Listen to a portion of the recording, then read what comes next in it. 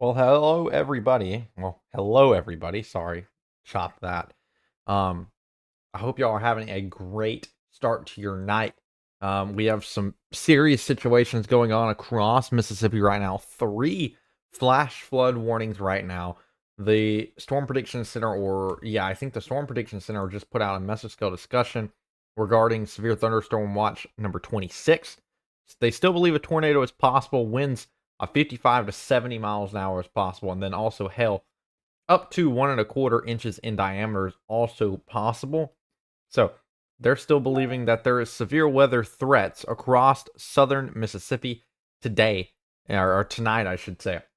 So that's what we're going to cover. Lots of our viewing area is from southern Mississippi. So we are here doing this live weather coverage for southern Mississippi. So let's just quickly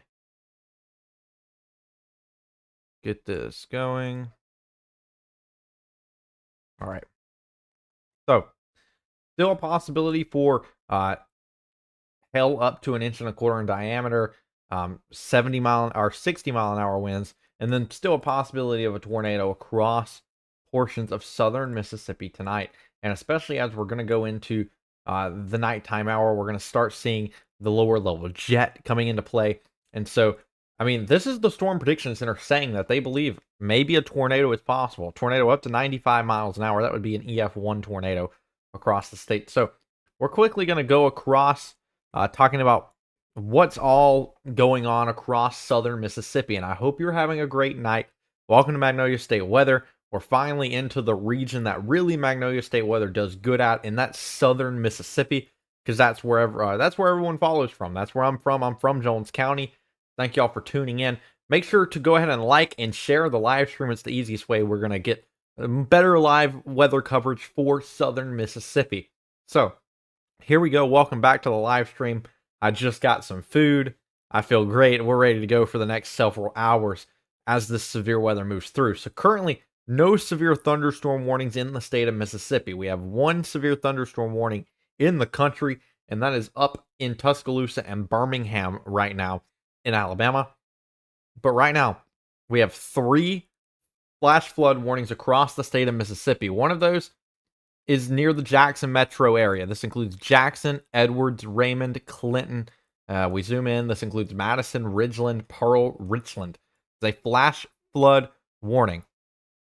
So I do think that so I do slightly get their point. I agree with the tornado threat being extremely low.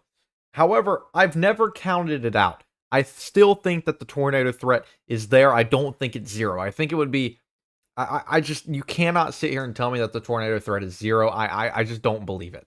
So I do believe it's very low, but I don't believe it's zero, if that makes sense. But yeah, I mean, we'll see.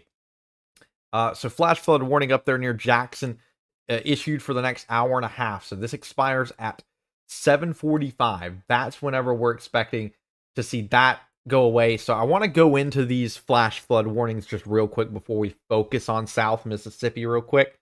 So this is an observed flash flood warning. This is a very situation near Jackson. So this was reported by the EMA at 5:25 p.m. Emergency management reported. Let's see. 1 to 3 inches already fallen. I forgot what they said already happened. They were reporting flash flooding of some small creeks and streams. One of those was near Ridgeland, where there was a flooded roadway near Colony Park in Madison. We've gotten some other flood reports. That's the first one up near Jackson. We got another one down south. A flood advisory and a flash flood warning. This expires in 4 hours and 26 minutes. So this is going to last for a while.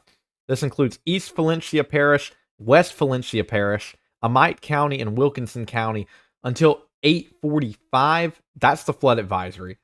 And then it goes even farther for the flash flood warning. So lots of rain has fallen down here, and I believe it says that between 2 to 4 inches of rain has already fallen, with 1 to 3 inches still expected. So lots of flooding potential down there in southern Mississippi. Let me quickly get rid of this mesoscale discussion real quick.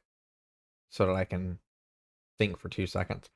All right, so that's that one. We also have another area under a flash flood warning. This includes Natchez, Cranfield, Stanton, Kingston, Churchill, and Sibley. So that's over there in Adams County and southwestern Jefferson County. And that's until 8:15. Between 2 to 3 inches of rain have fallen already, and anywhere from 1 to 3 inches is expected throughout the rest of the night. So, 3 different areas of flash flooding potential across not only southern Mississippi, but central Mississippi. The next area that is right now focused on by the National Weather Service is going to be this special weather statement that includes Lauderdale County and includes portions of Noxubee County. Or no, sorry, Kemper County, not Noxubee County. And then also northern Jasper and northern Clark counties. And this is simply for 50-mile-an-hour winds and 3/4 of an inch size hail. And that'll be allowed to expire in about 9 minutes. But that will be moving into Meridian soon, moving into Marion, and moving deeper into Lauderdale County. And then we'll also see that moving into southern Smith County and central Jasper County here in the next little bit. So Bay Springs, you're probably about 5 to 10 minutes until the rain really starts there. Lewin, you're in the same boat there. Montrose, you're about to get rain started there as well. So that's basically along that Highway 18 corridor. You're about to see a lot more rain and heavy rain and lightning here in the next few minutes. Taylorsville, you have about 10 to 15, 20 minutes, I'd say, before storms reach you there. But then if we look farther south towards like Prentice, you already have heavy rain starting there. But then between Collins and Clem, this is north of Lone Star on Highway 35, we're seeing plenty of just showers with lightning there. If I look over to the velocity right now, not really seeing much with velocity, but we are starting to see some cells trying to form little bits of rotation. I'm not here trying to tell you that there's a big tornado threat, but I think the possibility is still there for a weak tornado. No clue if it would be 1 or 2 or whatever. I think that those chances are still there. Will it start raining soon in Lawrence County? Great question. Well, it's raining to the west of you and it's raining to the east of you.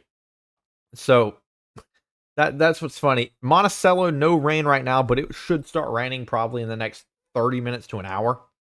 For northern Lawrence County, you're already getting some showers right now. But then for southern Lawrence County, it'll probably start raining about the next 20 to 30 minutes. But yes, Lawrence County's kind of been in that one spot that just hasn't seen any rain today, really. And so that's how it sits for Lawrence County. And these storms are still moving off to the south into southern Mississippi as we speak. And so another interesting point I want to make here is so there's now a cold front that's kind of past these storms that's now racing off to the south, and that might hinder storms from developing very heavily. About where this blue line is, that's where the cold front is right now, I believe. These storms are kind of behind where the front is. Let's see if I can find it here. Oh, never mind. It's right here. So here's your cold front right along in there. And so if I switch over to reflectivity, the cold front's basically now right along the front of the rain. And so this is more than likely going to produce a stronger squall line than we saw earlier today. Don't take my word for it. We'll wait and see what happens. But honestly, in northern Mississippi, the storms were really struggling to produce heavy winds and some hail. So we'll see now with the cold front now called up to the storms if this line of storms will strengthen and possibly bring with it some gusty winds and some hail. Let's see if I can get us a camera look at anything here. Kind of difficult because there's not much in South Mississippi. Let's see. Is there any cameras in Meridian? No, not a chance. Okay. Guess we're just gonna go with Laurel here. Maybe. Let's take a look from Collins. We'll just put Collins up in the corner. Good enough. Take a look from Collins. Right now, a little rain on the ground from the cell that just went through, but overall, still mostly clear there in Collins.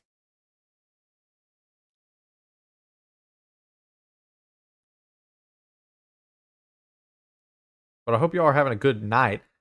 Make sure to go ahead and ask any questions you want to ask as we're doing this coverage for South Mississippi.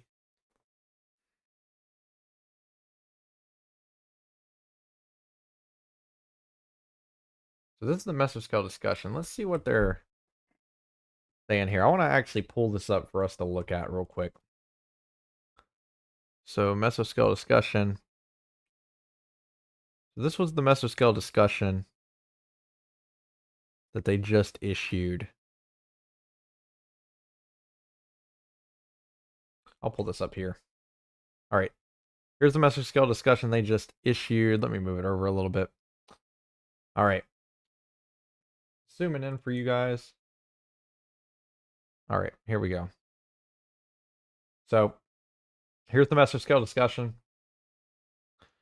They say sporadic strong to severe winds remain possible throughout the early evening.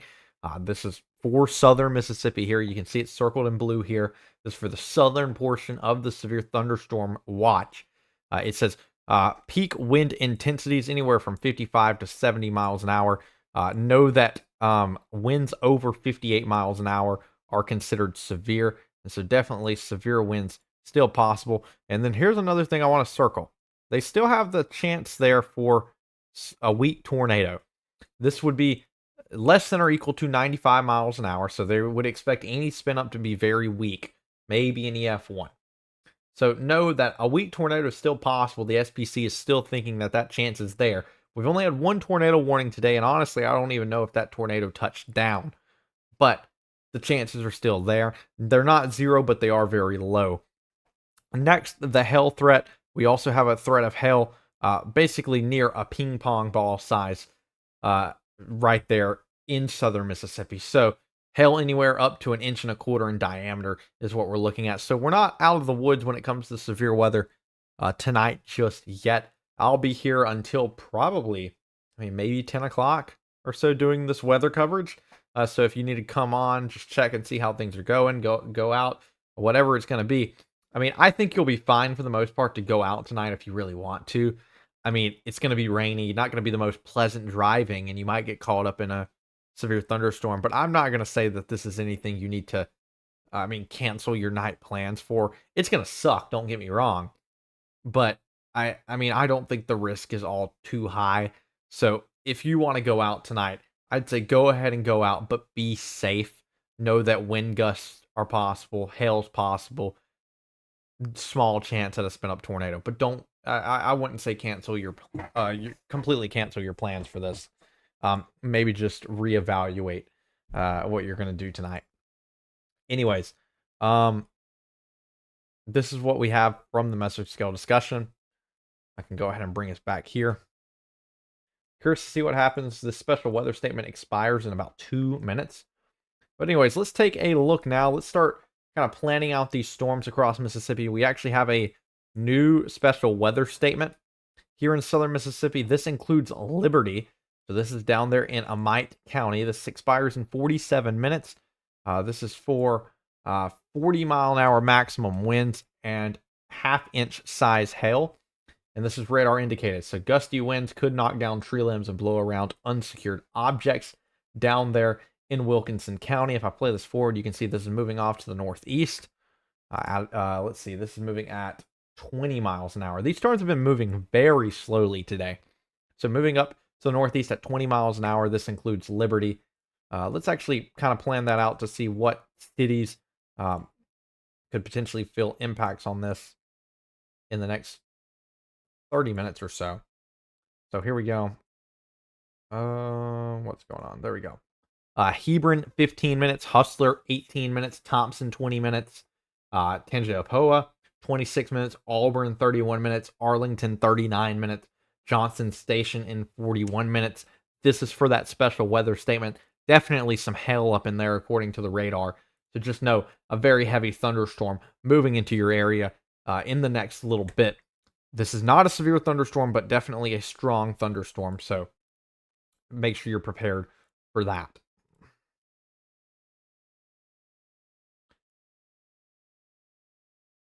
If you have any questions, feel free to ask them in the chat.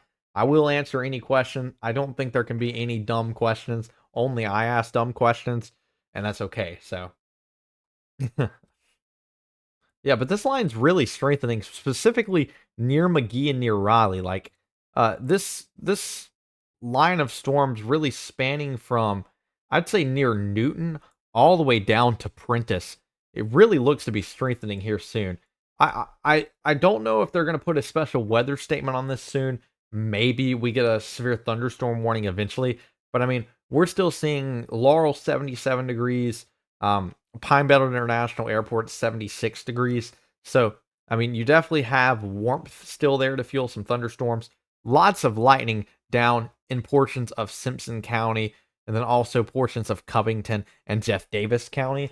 So it'll be interesting. We're seeing that there's still energy there for these storms. So I don't know if they'll put it under a special weather statement or if they'll put it under a severe thunderstorm warning. I haven't seen any reports from that, but definitely something to watch here over the next little bit. I'm kind of planning that out for people. If we play this forward and see the general motion of these storms, they are slowly moving off to the northeast. I mean slowly. But another thing to be noticed is that while these storms to the south are moving to the northeast, you have overall this general cold front now that's starting to move to the southeast that is called up to these storms. So we're about to see a change in how these storms are moving.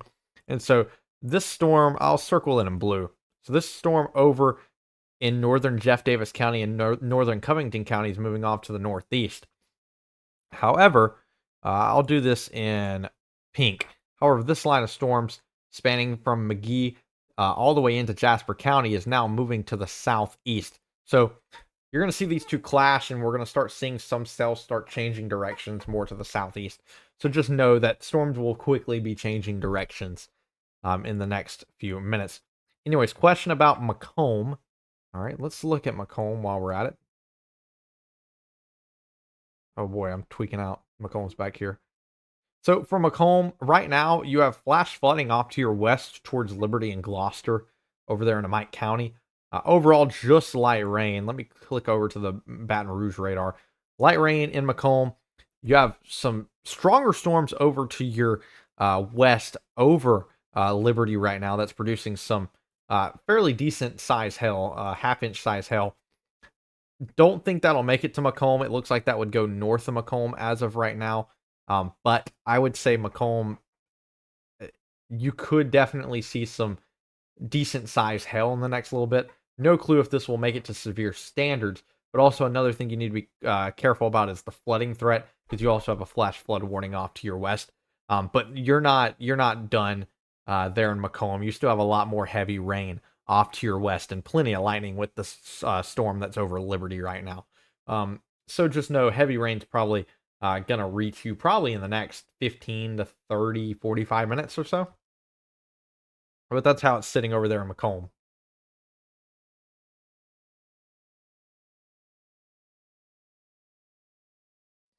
This live shot is from Collins right now.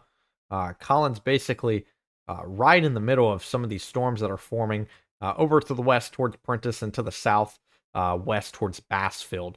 And so just got that camera up there of Collins because it's showing us basically how much lightning is going on with this storm right now. And I actually want to see, can we look to the north with this camera?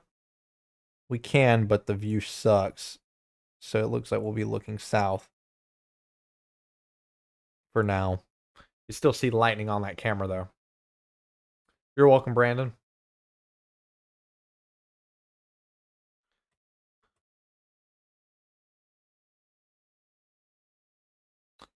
So right now, 3 flash flood warnings across the state. We have 1 special weather statement right now, but plenty of lightning. I mean, can I get a lightning count here? Let's see if I can get a lightning count.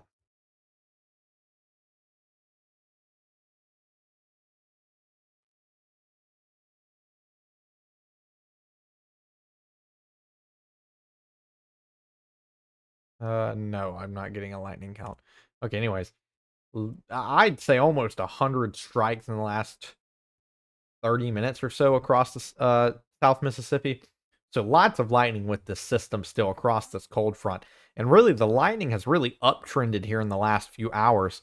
Lots of lightning here.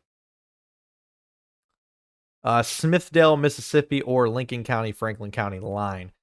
Smithdale. I need to get better with where my small towns are, especially in like southwestern Mississippi. So you said Smithdale. So that's near the Lincoln County, Franklin County line. Lincoln County, Franklin County?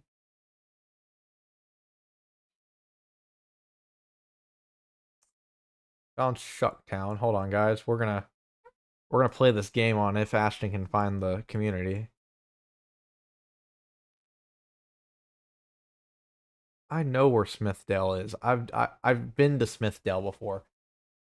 Hold on. Give me 2 seconds. I gotta get better at my small communities.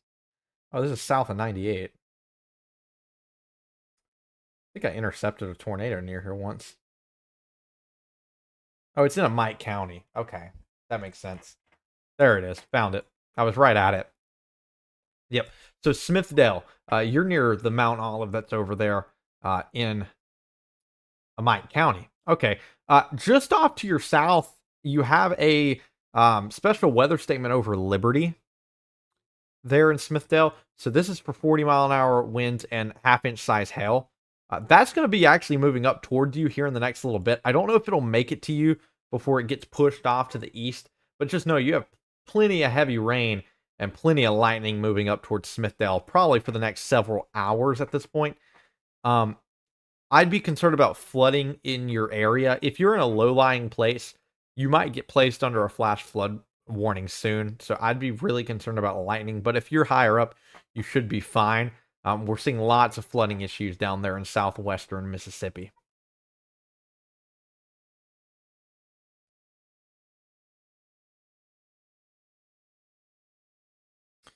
If you're just now tuning in, thank you to all currently 15 people watching. Please make sure to share and like the live stream. That's the easiest way for us to grow. It's fairly difficult as a small company. If you don't know who I am, I'm student meteorologist Ashton Champion, owner of Magnolia State Weather. I'm kind of our chief guy. I have a buddy who's right now stuck in Atlanta trying to fly back to Florida for spring break right now. He's not here with us. My other buddy that's from Tennessee, that's also a meteorology student, he's not here. So I'm having to do this by myself tonight, but luckily it's not a big like tornado threat or any of that. So it's manageable. Just kind of a lack of talking and everything. That's kind of difficult when it comes to these risks like that. But anyways, we'll go through what we're going through right now. I'll do another rundown. Let's go through some damage indicators that we've had recently, or at least storm reports. We had a wind report in Johns, Mississippi. This is near Puckett. If you know where Puckett is, that's down in Rankin County, or up in Rankin County, I should say. Trees down along Mississippi Highway 18 between Brandon and Puckett. Next up, we had another report near Terry. This is in Hinds County from Emergency Management. Reports of multiple trees down across the cities of Terry and Byram. We also had 60-mile-an-hour winds reported by anemometer near Crystal Springs and Hazelhurst. Let's see what else we had. I know we had a flooding report in Jackson, and that's really all we've had for south central Mississippi. But anyways, this gray box that you're seeing here, I'll circle it for you all. This gray box is from the Storm Prediction Center. They still believe that tornadoes are possible, or I should say a tornado is possible. If I click on this and show it to y'all, and put it over here and start reading it. So, what to expect? Damaging wind gusts remains possible as poorly organized storm clusters migrate southeast across southern Mississippi. This is Mesoscale Discussion 173. That's just some paperwork stuff. This is in the severe thunderstorm watch we're in right now. Damaging wind gusts remains possible. Recent surface observations and radar imagery have showed the cold front / out front boundary have now pushed to the southeast. And I think that's actually helping storms right now. So we're pretty good by now. But we also still have 1500 Cape right now, which is fairly impressive. So, and then there's also surface temperatures into the 80s. So I still think there's fuel for storms there. What about tornado warning? No tornado warnings right now in Mississippi or in the United States right now, so that's nice to see. There's also no tornado watch. So, in terms of tornadoes right now, if we're gonna get a quick little tornado, it's gonna come out of the blue. If I'm gonna be honest, it's gonna be very hard for us to predict.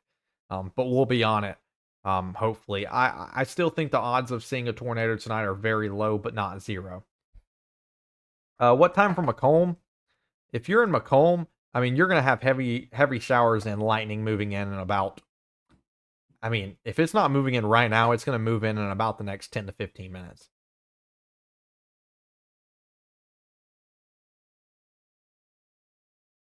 So that's where we're sitting at there.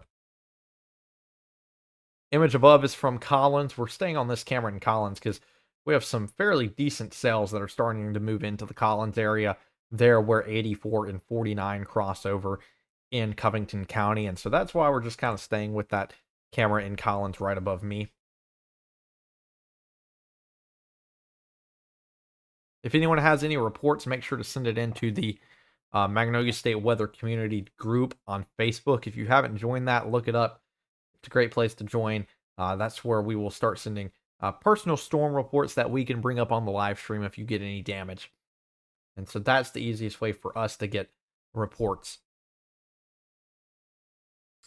And so I want to go back to the radar here just real quick and go to the storm total precipitation.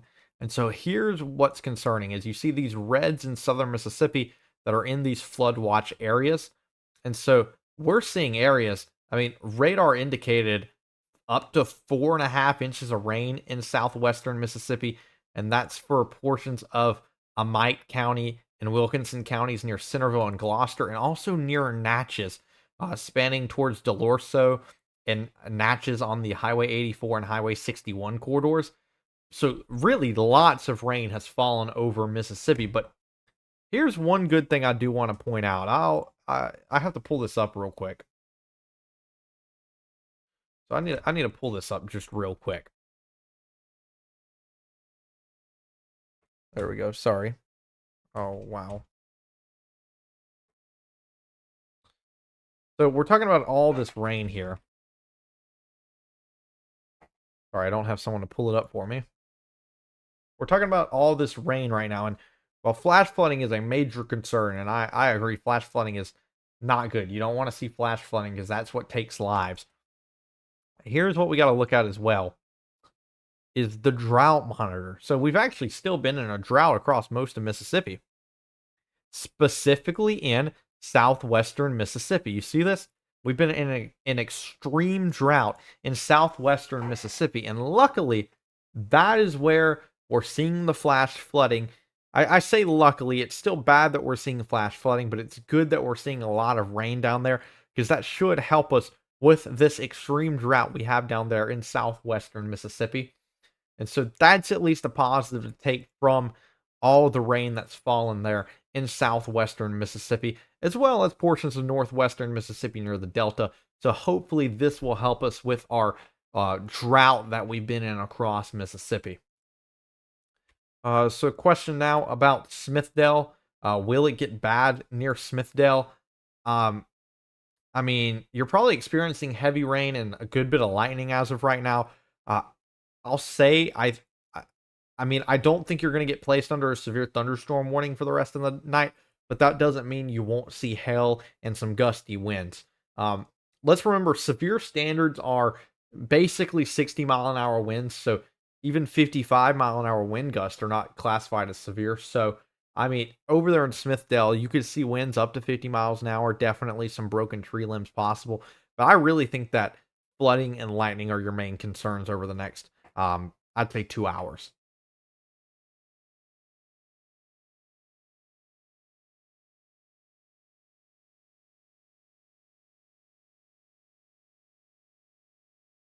I'm going to pull up this camera from Collins real quick, see if we can see a lot of lightning going on there.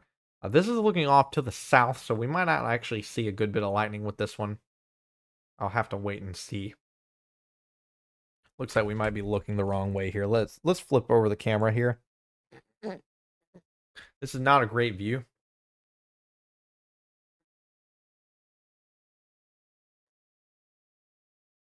So this is looking off to the north. I don't think we might actually see any. Oh, wow, plenty of lightning. As soon as I said we might not see anything, well, the lightning's right on top of us. So plenty of lightning with this, with these storms near Collins. So wow. We'll actually stay on this. You can't really see the sky, but you can definitely see the lightning going on there in Collins right now. So we'll leave that right there. But wow, I mean, that's lots of lightning. If I play this forward and I actually bring this up, just look at all the lightning bolts that show up on the radar over the past 30 minutes. Plenty of lightning with this storm.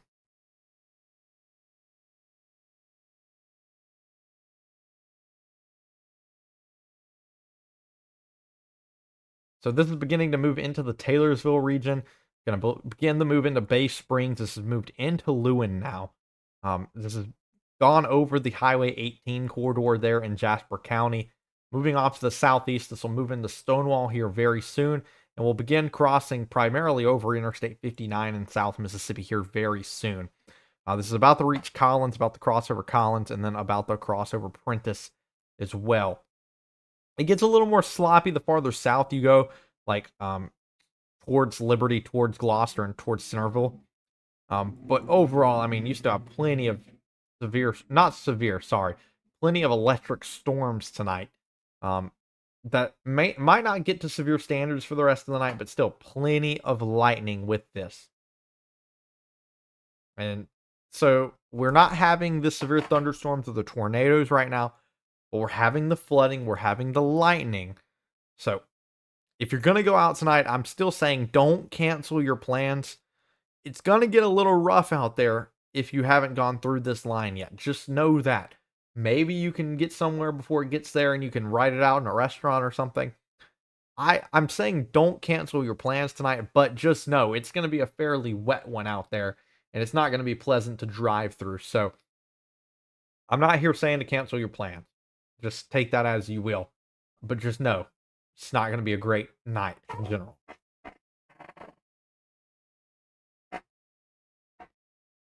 Let's take a look and see what the SPC is showing real quick. I want to load that up real quick.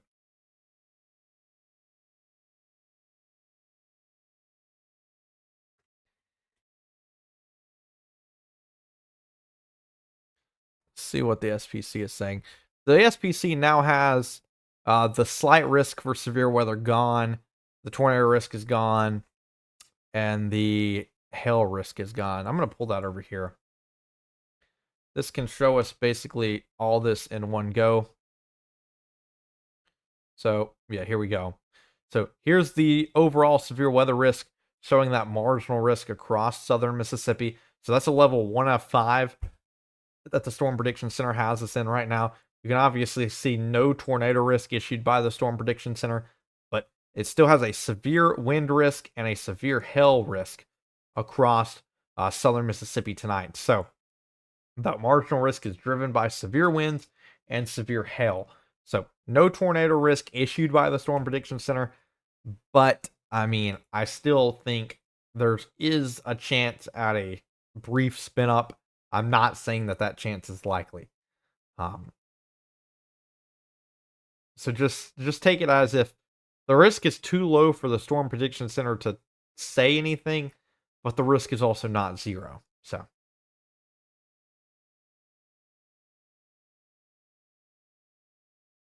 Overall, looking at the line, no areas of real impressive rotation along this line that's now rocketing off to the south.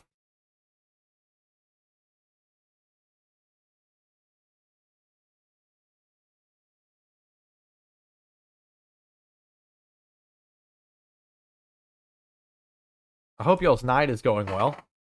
Right now, what are we sitting at? 640, 649 right now in the Magnolia State.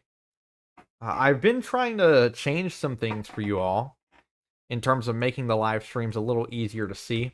For example, I made like this green box here, the flood warnings. I don't even know if the flood warnings are actually changed. Let me check. Let's see, flash flood warnings, alert settings. Yeah, I did. Okay. So I made the warning polygons bigger. So you can now see them on the live stream. Like you can see the green box that is now the flash flood warning. And I did that with a lot of the warnings. Like if we go up here towards Birmingham, you can see giant yellow box for the severe thunderstorm warnings. And I figured that would help everybody out in terms of being able to see where are those warnings that we're talking about, because it looked like it was maybe a little harder to see in previous live streams.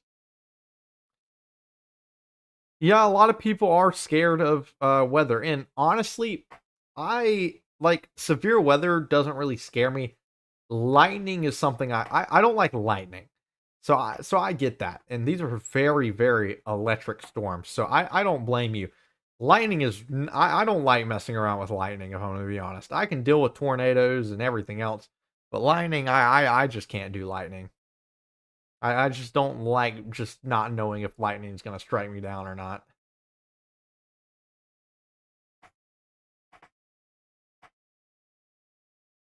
Very, very electric storm here, as seen from Collins. Like, wow. Soon we will be pulling up the Laurel Skycam. Very soon. So these storms are going to begin moving into Jones County soon. So we're going to actually be able to get a view from the Skycam there in Laurel. It'd be nice if we were able to get some more cameras in some of these counties in southern Mississippi. Maybe we should start a petition. Maybe we should get some people to chip in. Maybe we'll get some cameras. That'd be nice. Maybe we can get one in the center of every county. We definitely need one in Collins. We do have MDOT traffic cams there, but it'd be nice to have a sky cam in Collins. Maybe one in like Jasper County as well. That'd be nice. Lots of lightning with this storm there in Jasper County.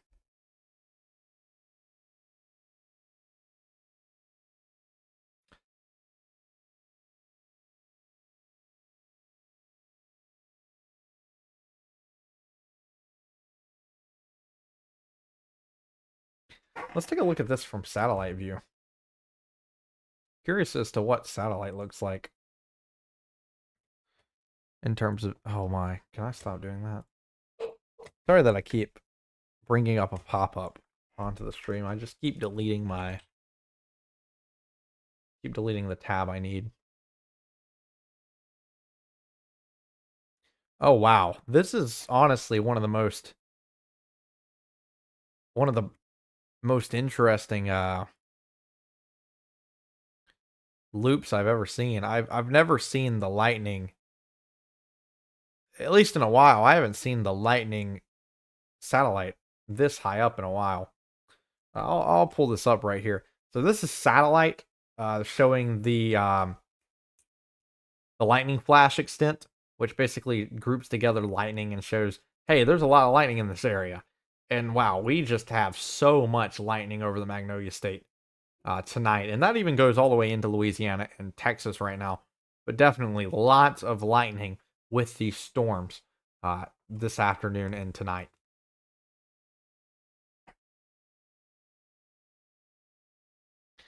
Next thing I want to check is going to be, are these storms dying? Like, well, what's going on with these storms? Are they struggling at all? And so let me look at that real quick.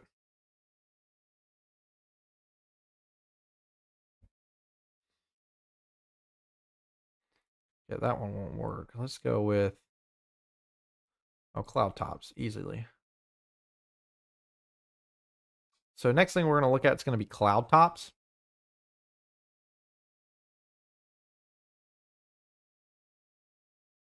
So here we go. Here's a look at the cloud tops over the past few hours. We actually saw them dying out there for a little bit, but now they've came back here in southern Mississippi. We're seeing the cloud tops higher up in the atmosphere. And so that tells me that these storms are still actually doing fairly good right now. We're seeing the storms strengthen for right now. So I don't really see these weakening really quickly as of right now. I mean, we're still seeing some oranges and reds there from the cloud tops. Some storms not as strong as they were earlier, but overall, it seems like the storms kind of came back as we've gone into the nighttime hours. Not saying we're going to get any of them to severe weather standards, but overall, I mean, very high cloud tops still here in Mississippi. Not any like tornadic level high cloud tops, but these are cloud tops high enough to tell me that, hey, these storms can still pack a punch. I don't know really how to translate that, but that's the best I can explain that. And so, anyways, going through where this line is now, this line's now entering Collins, entering Prentice, uh, entering into the Stringer area at this point. Yeah, entering into Stringer. Basically, has gone over Taylorsville now. This line will begin entering into Jones County here very soon, and has also entered into Stonewall as well. So that'll be moving towards Quitman very soon. Then as we go farther south, it's kind of harder to tell because the line kind of falls apart once you get into portions of southwestern Mississippi. But I mean, still some strong storms over towards Liberty, towards Centerville, and even entering Macomb now as well. I'm going to see if we can pull up the Laurel camera yet. If the Laurel camera can see anything.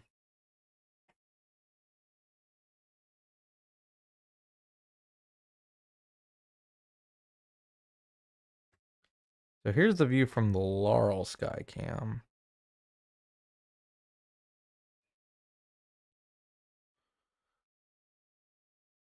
I'll bring this up right here. Here's a look from Laurel. This is roughly, I'd say, 30 to 40 miles away from where this line is right now. Maybe not 30. I think maybe 20. Maybe 30 to 40 away from where the lightning is right now. So we're looking off. This is looking basically directly towards these storms right now. So trying to see if we can see any lightning from Laurel as of right now with the Laurel sky cam. Right now, I'm not seeing much of anything on there, but I'll leave that up there in the top quadrant to see if we can see any lightning from that angle over Laurel. Overall, heavy rain over portions of northern Lawrence County.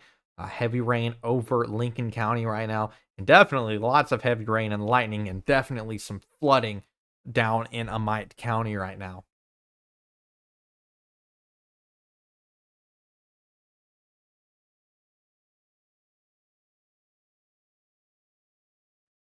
I'm going to go ahead and get rid of this mesoscale discussion. So,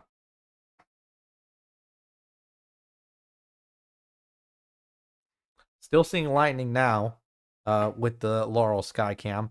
And this will, as this gets closer and closer to Laurel, we'll see more and more and more lightning with this camera. And I think we're going to stay with this camera for probably about the next hour. There's not many cameras to choose from out here.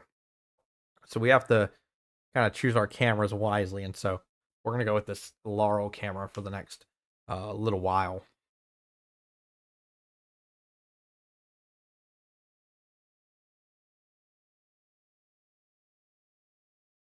If you have any questions, make sure to send them in the chat. Wow, that was a beautiful lightning strike right there. You could actually see like one of the thunderstorms there for a second. One of the cloud bases. That was beautiful.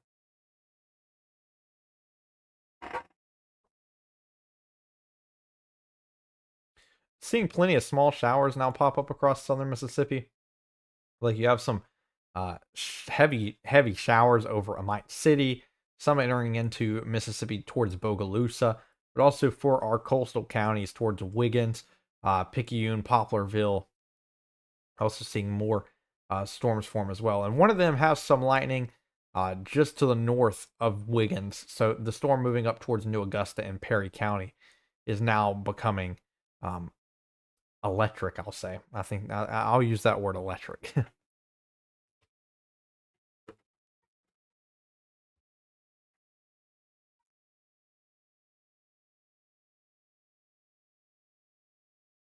If you have any questions, make sure to send them in the chat. I can answer them basically as quick as I can see them.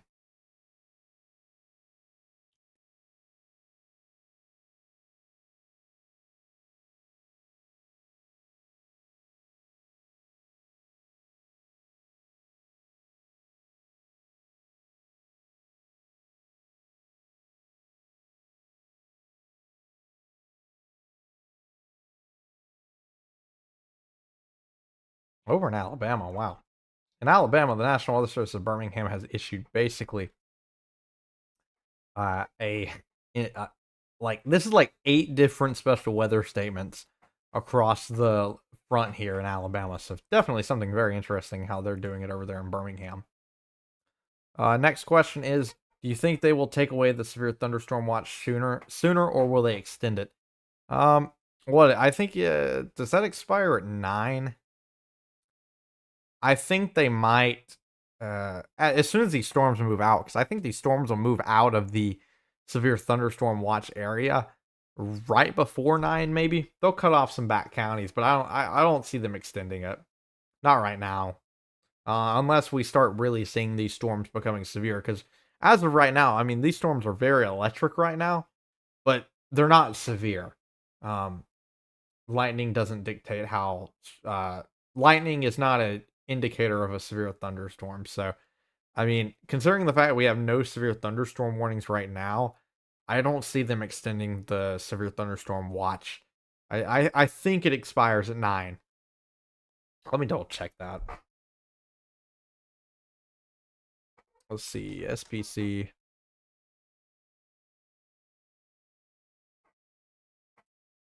Right now, they've already cut it off to only a few counties.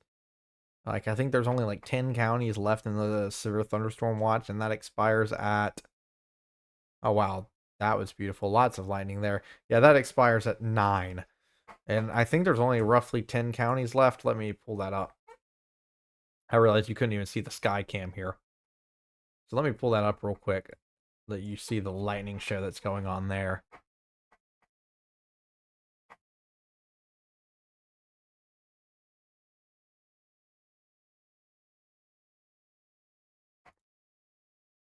All right. Here's the remaining counties in the severe thunderstorm watch. I'll go through them. It's hard to tell with the radar, but I'm just going to keep it here and name off the counties, which includes, that looks like Jefferson County. See if it names it off. It does not name it off. Includes Jefferson County,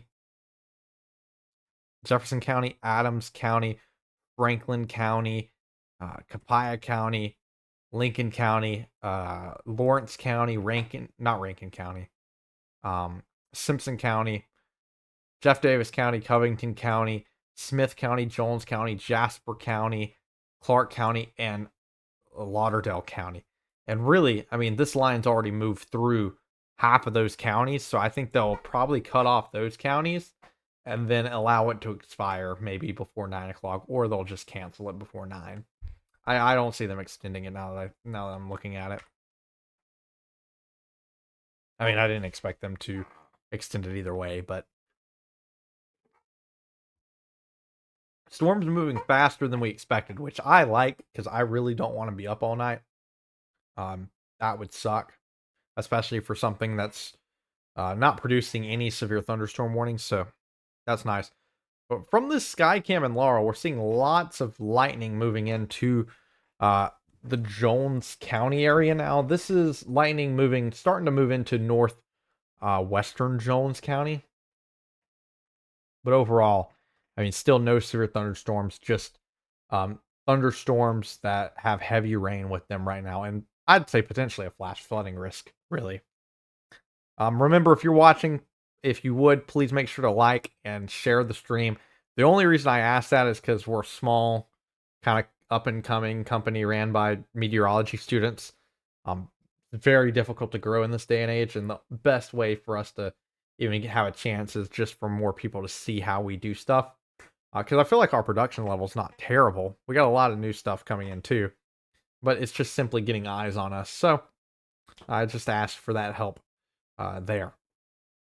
Anyways, this sky cam is from Laurel and Jones County, looking to the northeast towards, basically towards Smith County. So plenty of lightning moving into the area, kind of just giving a preview of what to expect here in the next several hours. I'm actually going to go ahead and move back to the Collins camera real quick. Nope. There we go. I'm going to move back to the Collins camera real quick. This is what it looks like in Collins. I mean, it looks like it's coming a flood there right now. Yeah, this is what it looks like in Collins. You can see rain bands moving through. So you can see those rain bands moving through. That guy is flying. I don't know where he I don't know what we just saw. That guy had to be going at least 80. I hope y'all saw that car on the stream. That dude is flying. Anyways, you can see rain curtains going down the highway right now.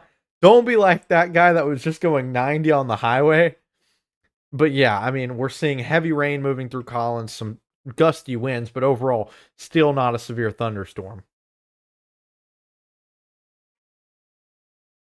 The lights went out and came back on in Smithdale.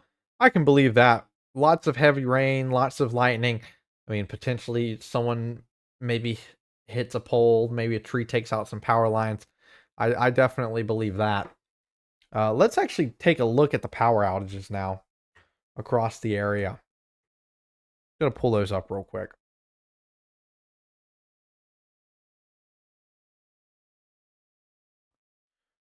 We haven't looked at the power outages in a hot second, so let's pull that up.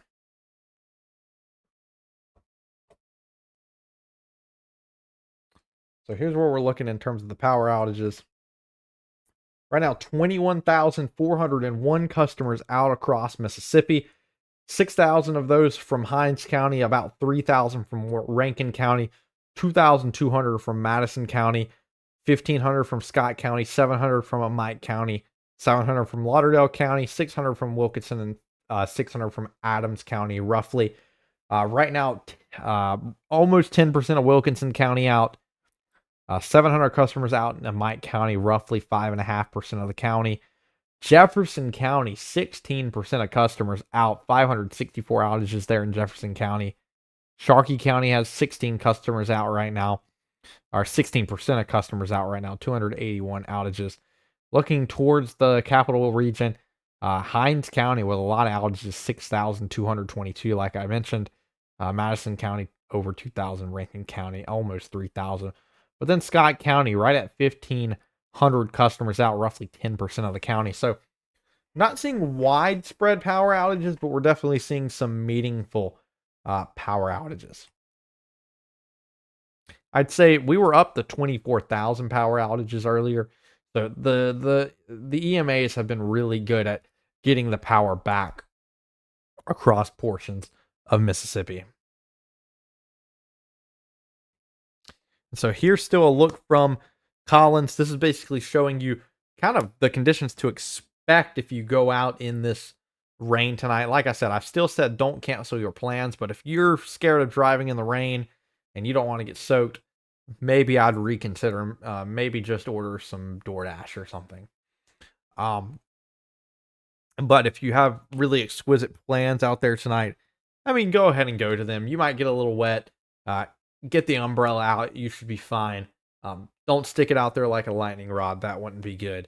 But overall, this is not something to cancel all your plans for still. Even though it is a strong line of storms, I would still go out and enjoy your night. I hope your power stays on too. That would be nice. I mean, luckily I kept power here in Starkville as these moved through, but honestly, the storms were fairly weak. I gotta pack it up in the morning and go back down south to South Mississippi for spring break. Just a quick little word, a little PSA. We got all the storm chasing equipment now for the truck, for the storm chasing truck. So we will have live eyes on the ground here soon. Rather I'm in it, rather someone else is in it. We're basically now going to have a live storm chasing truck. The goal is to do live coverage from the truck while we're chasing in a way, fashion, whatnot. But we got all the equipment for the truck. So that's going to be very, very fun. I think the primary goal with that is probably for damage footage afterwards. But overall, I have to put that all together over spring break this coming week. So wish me luck on that one.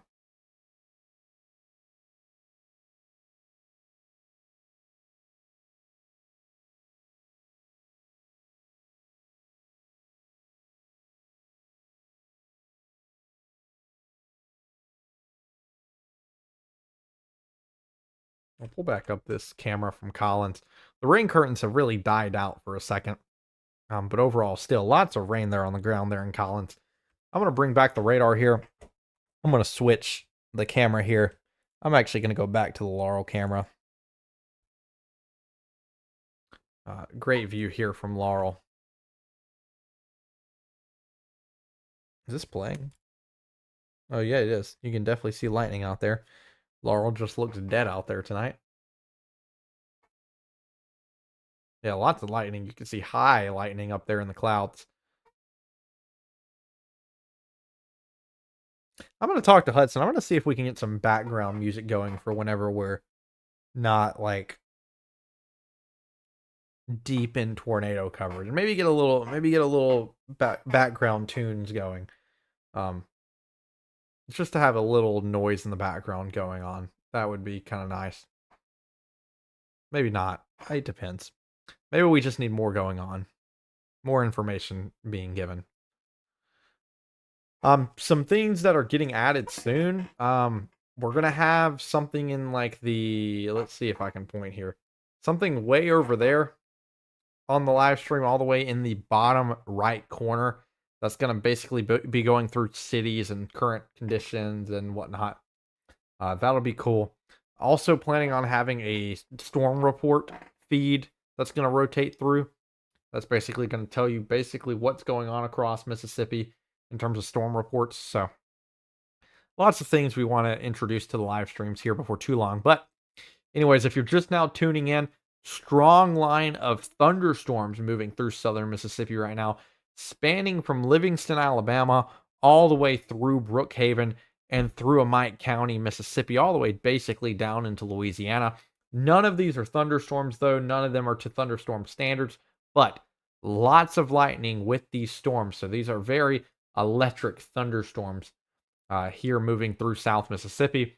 We have 3 flash flood warnings across the state, 2 of those in southwestern Mississippi, 1 of those near Jackson. And this is for areas that have seen 4+ inches of rain. So definitely a flash flooding threat across portions of Mississippi.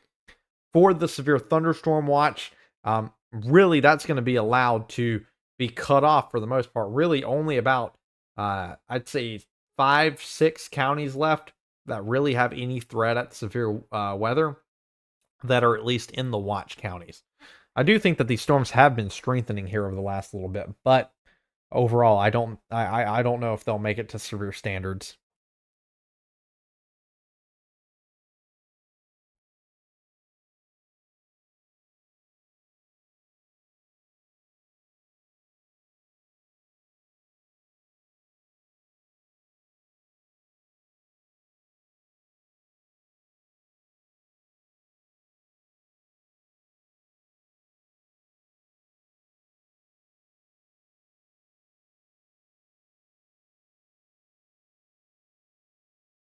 I'm just looking around the radar right now. Oh, whoops. I didn't mean to click on that. Clicked on a link on that screen. My bad, guys.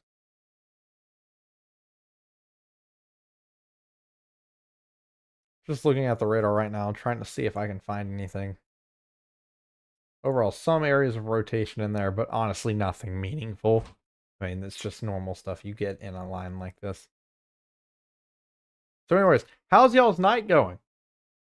How's it going? Y'all have any plans? Like, how are we doing across South Mississippi right now?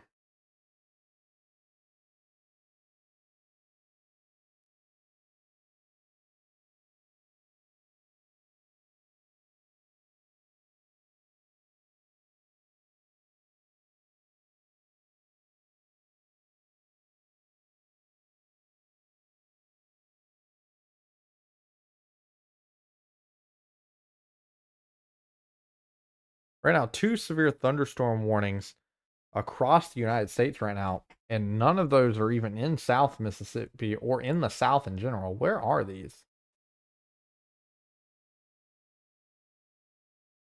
Oh, they're in Texas.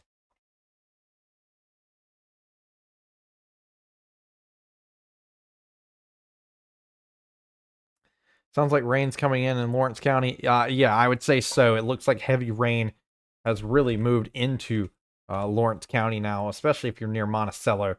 Heavy rain and lightning there in Lawrence County.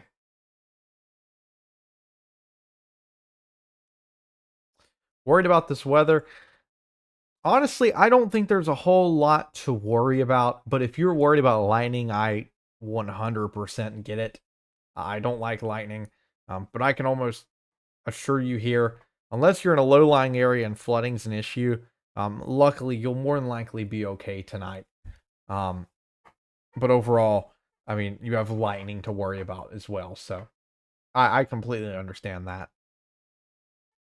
Wow, this lightning cam from Laurel is really starting to light up now. This is gonna be a nice view to see over the next hour or so.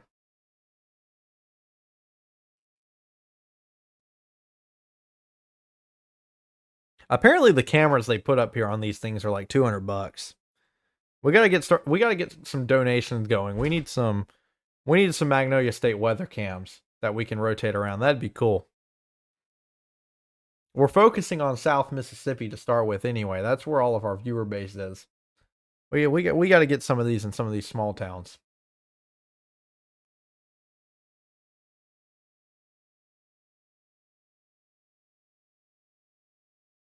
We got to start getting a lot of donations.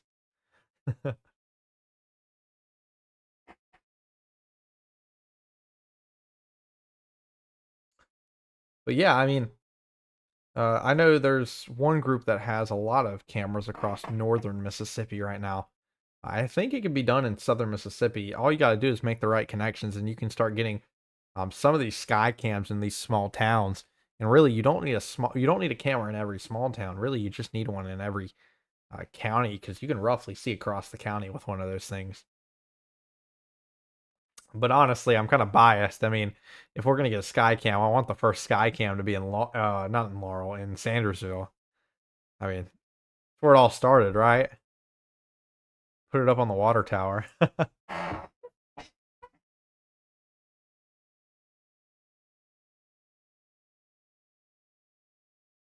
Yeah, and I'm looking to change that. We're named Magnolia State Weather for a reason. I care about the people of Mississippi. Um, I do severe weather coverage for all of Mississippi, but it was primarily started due to the lack of good coverage in South Mississippi. Now, I'm not saying that there's no coverage for South Mississippi. I'm saying there's a lack of good coverage for South Mississippi. And so I still think there's many things we could do. I'm still like, this is really only, I'm still in my first 12 months of having really decent coverage, but we're still like, enough people haven't found my page and have found the live streams, and we're still working on getting some things going. Like, we're going to have a green screen this time next year. We're going to have a whole setup this time next year. It's going to be great. But we're still growing. I mean, what I think we might have, I think we might have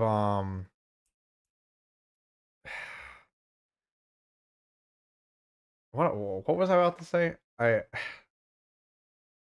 don't even know. In roughly 12 months we should have the whole weather system going. Oh, 15,000. I think we're about to pass 15,000 followers on Facebook. Hopefully that'll hopefully double by the end of the year. We've had great momentum, but overall just still lots of progress to go on these live streams.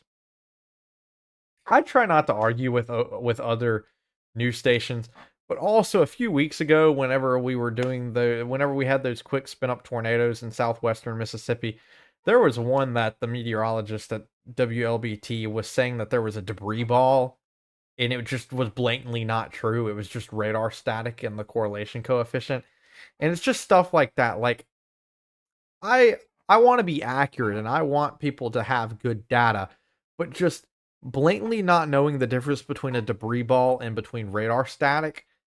Like, I'm a junior in college and I know the difference in that.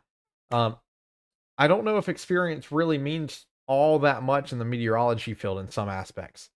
I'm sure it helps with popularity, but I mean, sometimes you just got to know your stuff.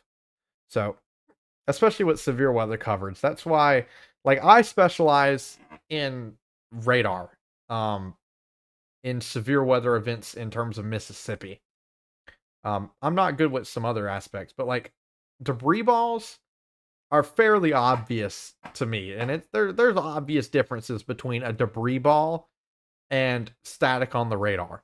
And they can get confusing fairly easily, but in this case, it was almost obvious that this was not a debris ball.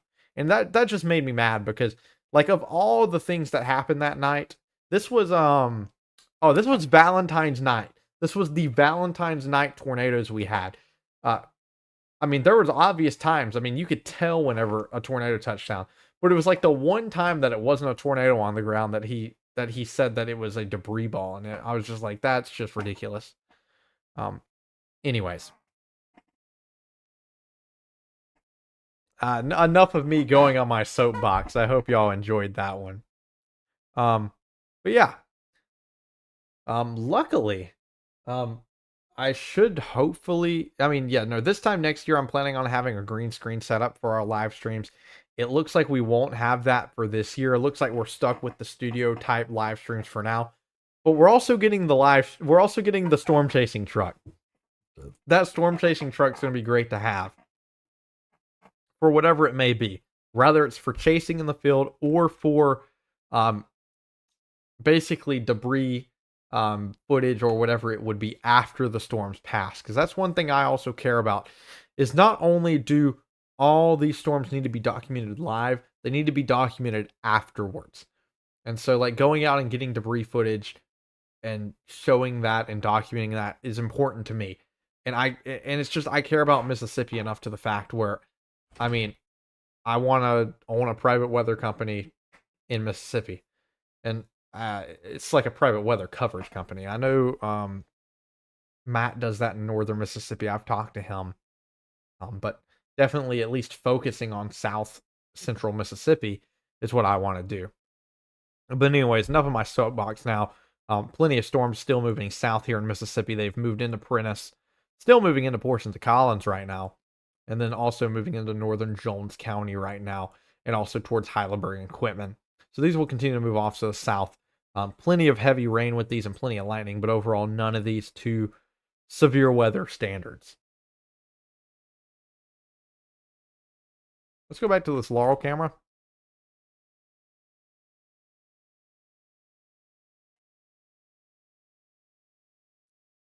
Is that stars I'm seeing? It's clear. Are those stars? Those are stars we're seeing. Those are stars we're seeing on the camera. I'm pretty sure those are stars. Am I tweaking? Yeah, because those are breaks in the clouds. Yeah, I mean, it's clear there in Laurel, it looks like.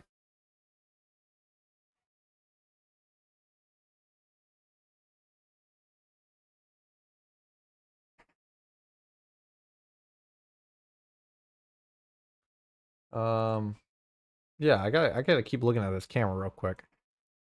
Can you see the top of the clouds? Where are those at?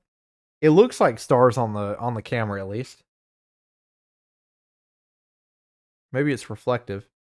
How bad is it supposed to be tomorrow? Uh, I mean, you're gonna have some lingering showers tomorrow. Maybe a little bit of heavy rain in the morning hours, but overall, I mean, tomorrow's gonna be um really nothing. Um, tomorrow's risk is just a continuation of tonight's risk if it went over into tomorrow morning. So let's take a look at the models. This is a good time to take a look at the models.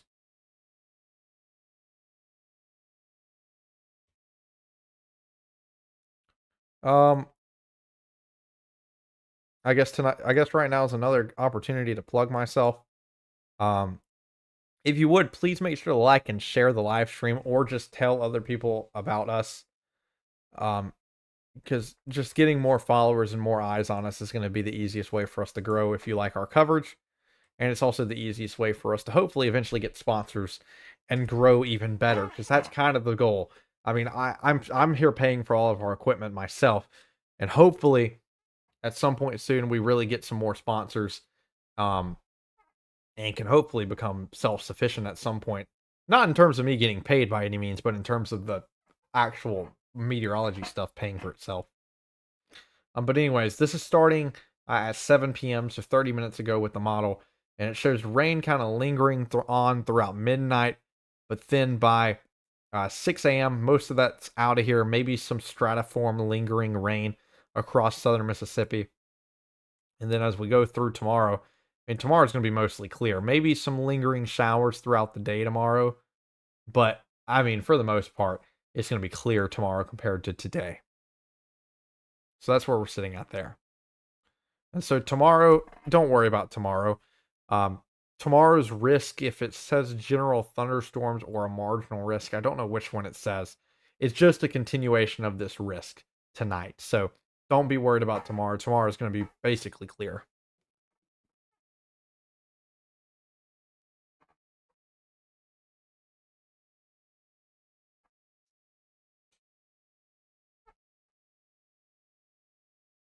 I'm trying to look at this camera right here. I realized y'all can't see it.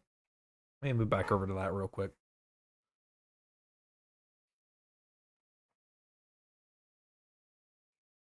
Trying to figure out if these are stars that we're seeing on the camera. I really think they are. That would make sense.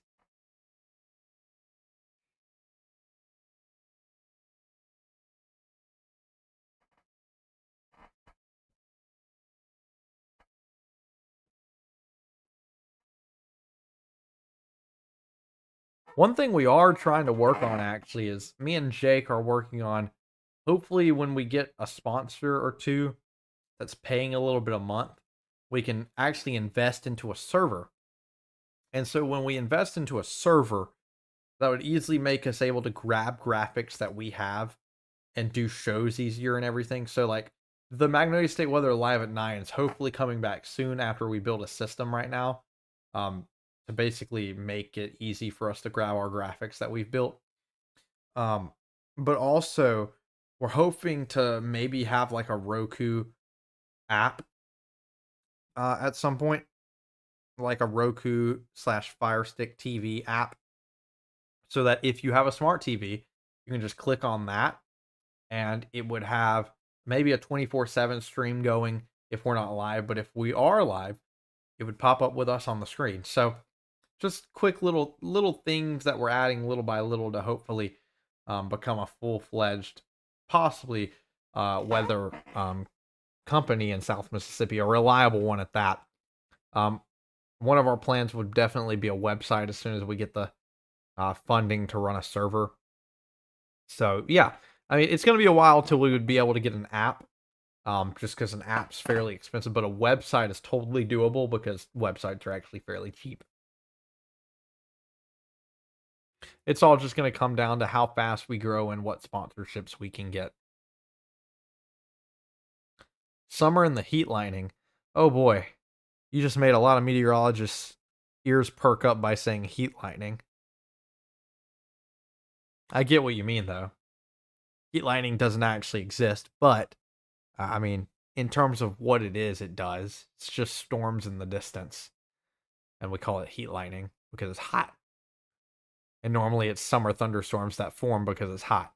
Um, yeah.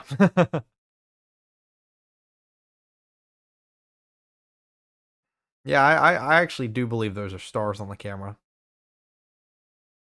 We're about to find out if one of them disappears behind this cloud.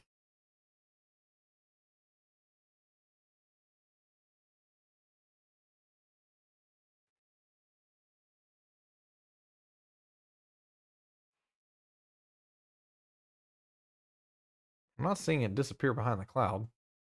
These also might be very thin clouds.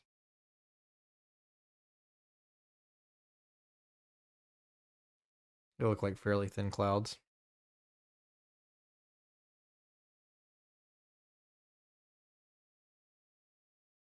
Let me bring back the radar. I believe they will probably drop the severe thunderstorm warning for several counties.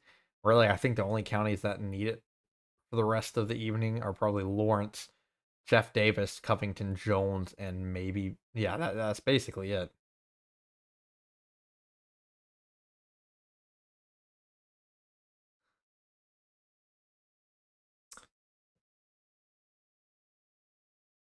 So, how the storm's moving through Lawrence County.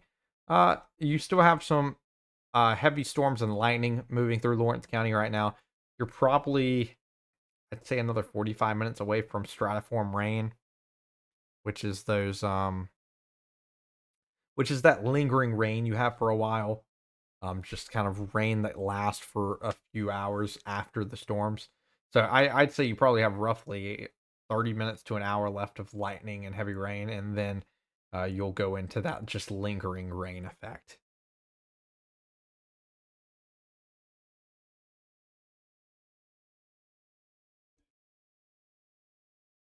Oh, they turned the camera.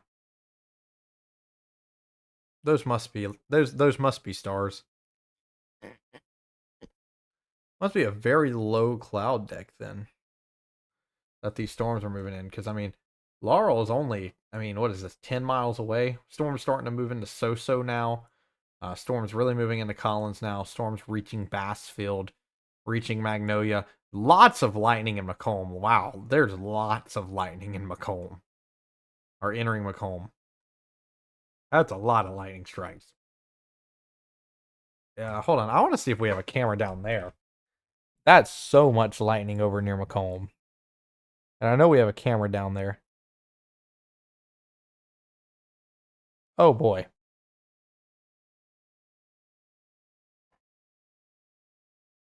Let's go to it here. Oh yeah, no, lots of lightning there in Macomb.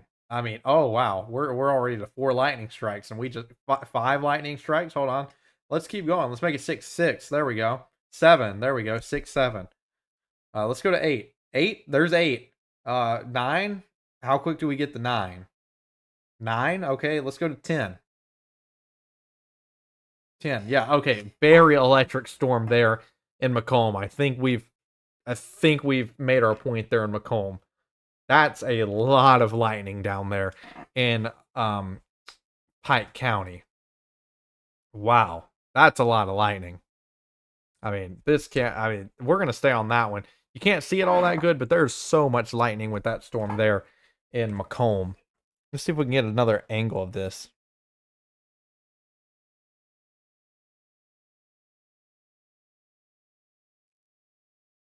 Here's a good angle looking west. I don't know if this one will get a read on it. Yeah, I wish I had a lightning counter. That would be nice. And that's a lot of strikes. I mean, that was easily roughly, I mean, 30 strikes a minute. Lots of lightning there. And that's really the story across this entire line. We saw it in Laurel, not as much lightning, but I mean, I want to zoom in. Like, we look down here towards Macomb, and I mean, there's just so many lightning bolts on this. There's so many lightning strikes picked up by the radar here in the last few minutes near Macomb. A very electric storm down there, Annamite and Pike counties, and that will move off to the northeast towards Monticello in the next few in about the next hour. That's definitely something to watch. Lots of lightning with that storm down there. I mean, that's a lot of lightning. We're actually gonna keep that camera up for now. That really just tells the story of the night for right now.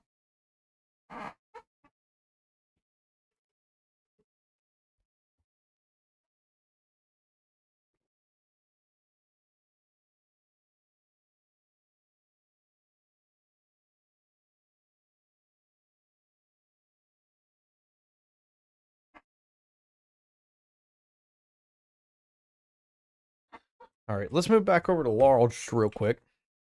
See if lightning is picked up there. Not that one, this one. Move back over to Laurel. Starting to be able to see the cloud base now rolling into Jones County, or into central Jones County, I should say. You can definitely see the top of the cloud base now rolling in. Actually, this looks really nice. You can see the bottom of the cloud base right there. If we get a lightning strike, this will look really nice. This might be a very nice looking storm, at least when it moves, if we get a lightning strike here. Not the strongest storm in the world, but it might actually look pretty decent. It looks like we have like a Nice little shelf cloud moving in.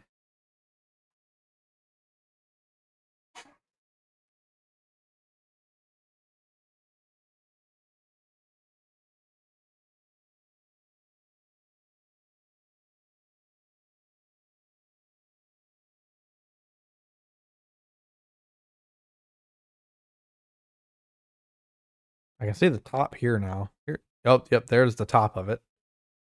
This is a very nice looking storm moving in. Wow. This is actually beautiful. Hold on. I want to stay with this camera. Camera looks very nice.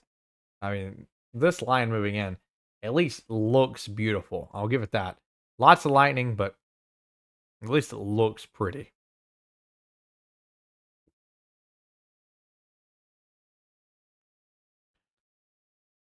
See if some lightning will light it up for us here.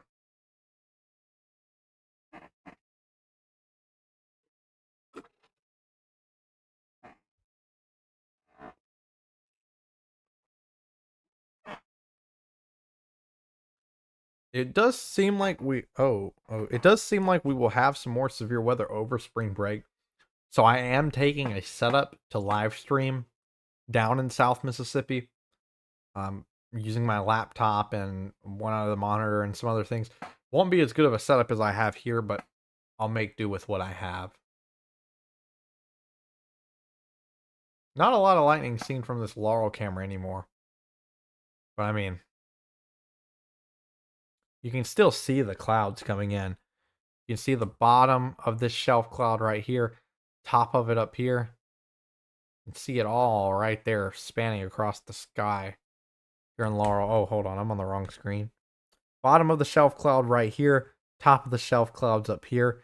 If we get some lightning, this will look really nice.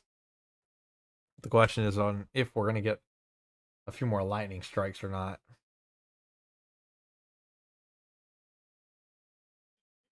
We need to go down to Pike County and ask if we can borrow some of their lightning.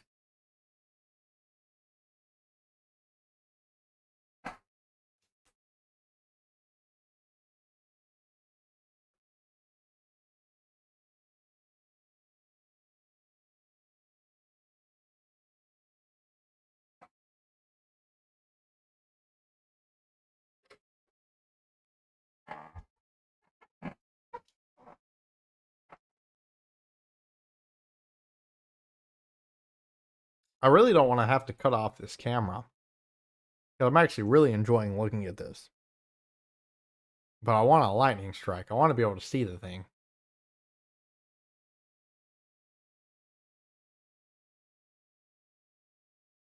Let's go back down to Macomb for a second. Let's look at what's going on down there.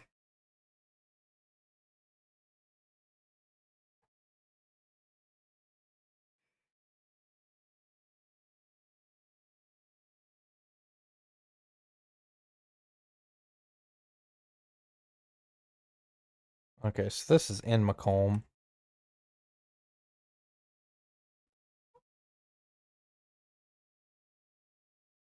For Lawrence County, it should just be leftover rain in about 45 minutes. I would say for central Lawrence County, 45 minutes to an hour. For southern Lawrence County, maybe give or take a little bit more time.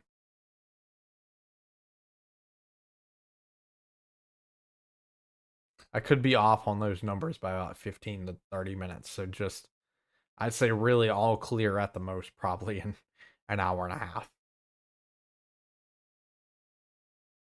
Sometimes it's hard to kind of predict what these systems are going to do in terms of when exactly they want to get to the back end of the rain.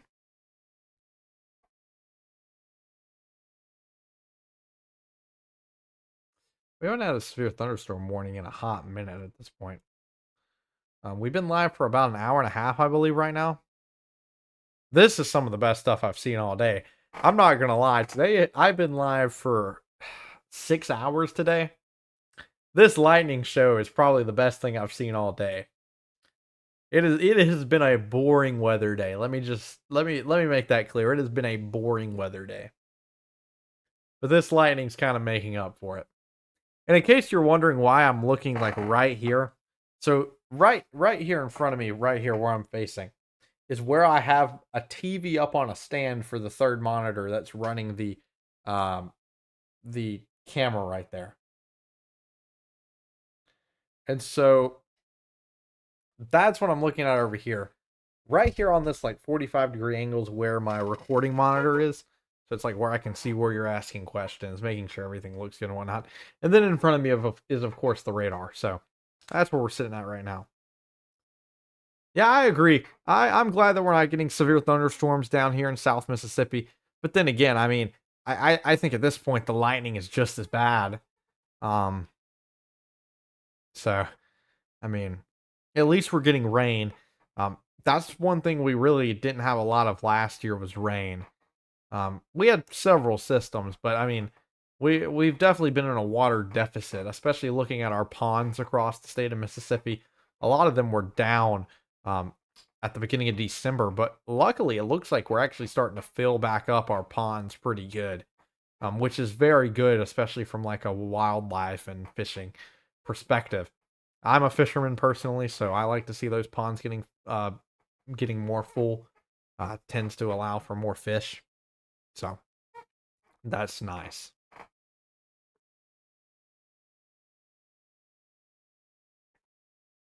Let's go back to that Laurel camera real quick. See if lightning finally decided it wanted to happen here in Laurel.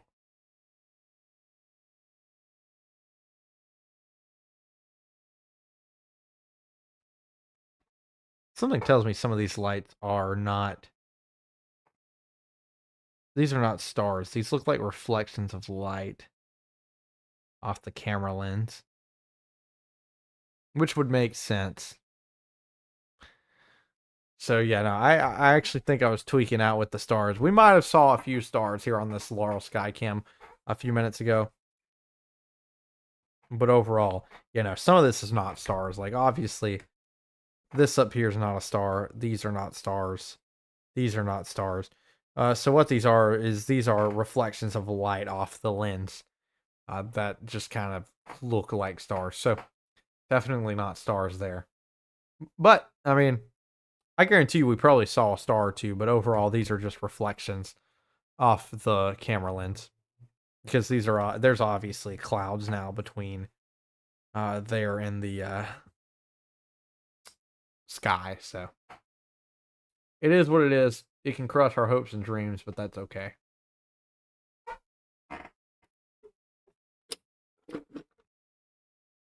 So guys, what do y'all think could improve stream quality? I know we need a few more things. Like we're gonna add some more stuff going across the screen. Like I know we have this going across the stream below us, like the severe weather feed. We're actually working on changing that and fixing it and making it better. We're gonna add storm reports down on the bottom, kind of scrolling through. Oh wow, that was nice. That was nice. Adding a few things, but also eventually we're gonna have a green screen added. So that means you get to see me up on a weather wall doing the weather. So that's gonna be nice. But yeah, lots of different things we're having to put together. Definitely not the easiest thing in the world, but I mean, production quality does matter. And I just feel like a green screen is going to be better than me sitting here in a chair, kind of pointing it out on a screen using a clicker. So that's where we're sitting right now. There's green screens coming at some point, hopefully in the next 12 months. Which the green screen part's not the expensive part. The expensive part's the camera to run the green screen and some other things, but not too worried about that. We've already just put an investment in a storm chasing truck, so. Which the storm chasing truck's just my own truck, but you still need the rest of the equipment. So anyways, a rundown of where these storms have made it now. Storms have now entered into central Jones County. They're now entering into portions of northwestern Wayne County and also entering into Marion County. And we'll soon be entering into Forest County as well. That's where the line of storms is, I should say. The flood watch, or I should say flash flood warning over Jackson's been allowed to expire. So no longer seeing a flash flood warning over Jackson right now. going back to this camera from Laurel, at least one good thing, whenever we're not having tornadoes and all going back and forth and back and forth and back and forth, is we get to sit here and look at some cameras and enjoy some weather. But I, of course, try to keep people informed as well. I mean, we have a lightning show going on down there near Macomb. Guessing all those severe warnings are from Texas. Let's see, 3. Let's go look. Let's see. Let's count them. Yep. 1, 2, 3. Yep, they're all in Texas.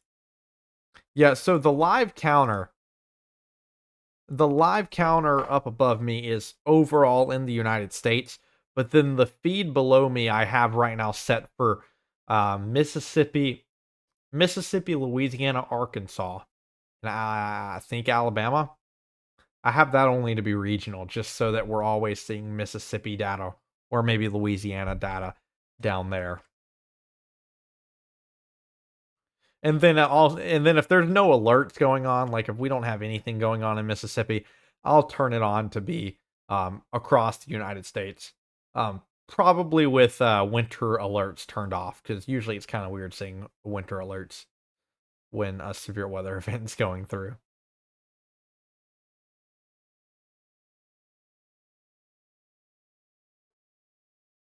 See if I can lower this.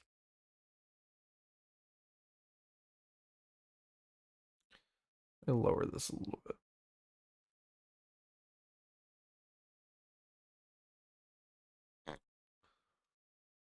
This is a better view of there from Laurel.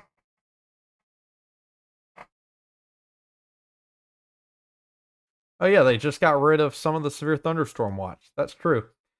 4 counties left in the severe thunderstorm watch, which includes Jasper, Clark, Jones, Jeff Davis, Covington, and Lawrence counties. So only 6 counties left in the severe thunderstorm watch, and really, I don't really see us getting to severe standards. But yeah, you're right.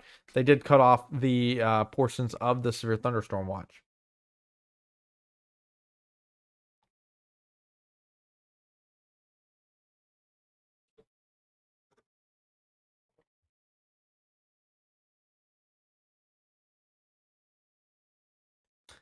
It looks like I'm not sure exactly what we're looking at on Wednesday. I think I saw that we have a severe weather risk either on Tuesday or Wednesday. I'm not sure on that. I'm going to have videos up over spring break. I'm going to have plenty of free time over spring break. And so I am taking a recording setup with me to record videos for you guys for the weather coverage. And I will have live weather coverage during spring break. It won't be the 3-piece setup I have with my computer here. I'm leaving my computer here in Starkville, but I will have my laptop, so I'll at least have 2 monitors with that. But then again, I mean, we got to remember, like, on Valentine's Day, whenever we had those tornadoes that went through Lawrence County, over there, through Lincoln and Lawrence County, I was using a laptop. We didn't even have a face cam on that one. I was using a one-screen laptop, and we had 30 people on the live stream. So I think we have a lot of growth to go with Magnolia State weather, and I'm glad that we've had people here from the beginning. I don't know what you saw in me, but we're going to continue to grow. Of course, if you're new here, usually, not usually, but we have 2 new people now. One of my best buddies, Jake, he's also a junior meteorology major here at Mississippi State. He's a genius. Let me just say that. He's not going to be the best behind a camera. He knows that. But dude's a genius. So whenever he gets behind the camera and is talking, just listen to what he says, because he's really smart. He might not be he might not be the best behind a camera in terms of knowing what to do, but what he says is usually really good information. And so I'm excited to see him behind the screen. And then Hudson, who is new, Hudson Murphy, he's a sophomore. He's a year below us, but he likes to be behind a camera, and he's just kind of learning from us. So lots of room for improvement here at Magnolia State Weather, but that's really going to open us up to a lot more opportunities.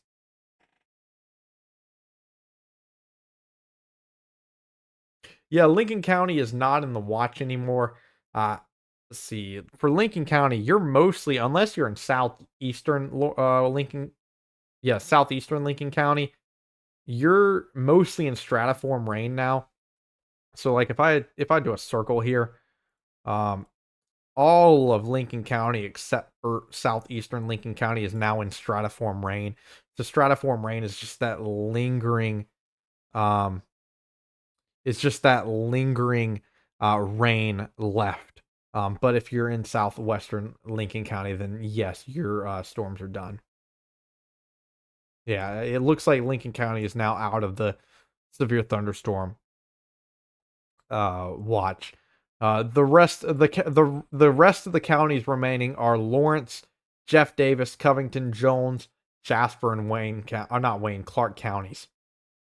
So yeah, they've cut it down to 6 counties left. So yeah, they took Lawrence County out. Not Lawrence County, Lincoln County out over there.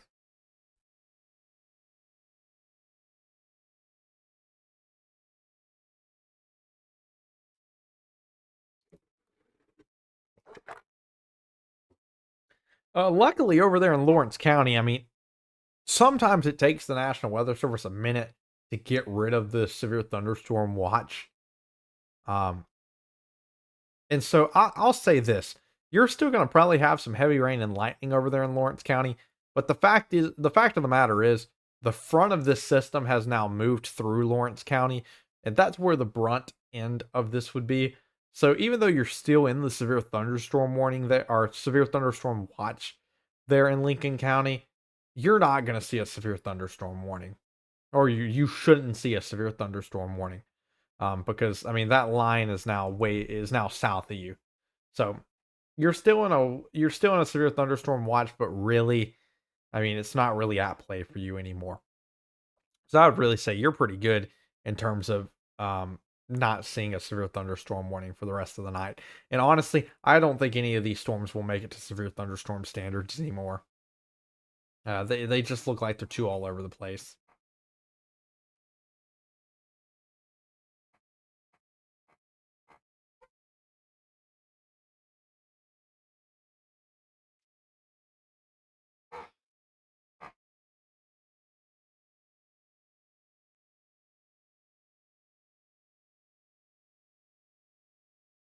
Yeah, I agree. I mean, I don't think these storms are going to get to severe standards. Maybe they do, but I think the odds are low. But I'm not playing around with that lightning, if I'm going to be honest. Like, I don't do lightning. I mean, I'm a storm chaser. I don't like lightning. I like lightning to light things up, but not in terms of like, I don't want it to light me up, if that makes sense.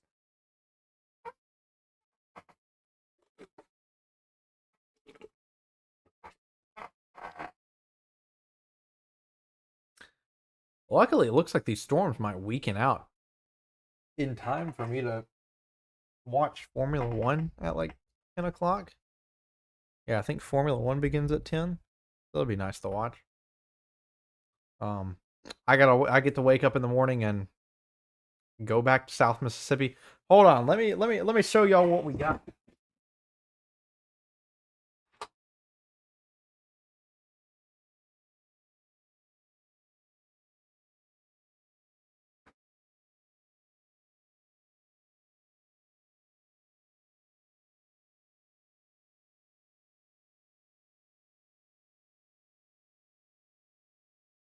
All right, here it is. We got the good old Starling dish. So this is the Starling dish, and so here's what's happening. This thing's massive. Let me point that out. This thing is massive.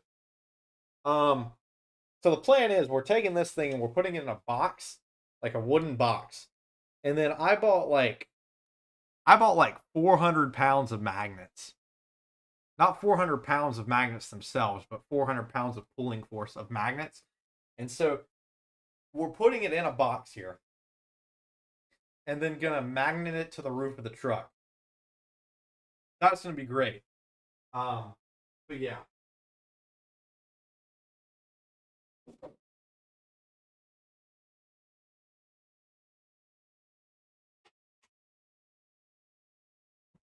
Anyways, I hope y'all enjoyed seeing that.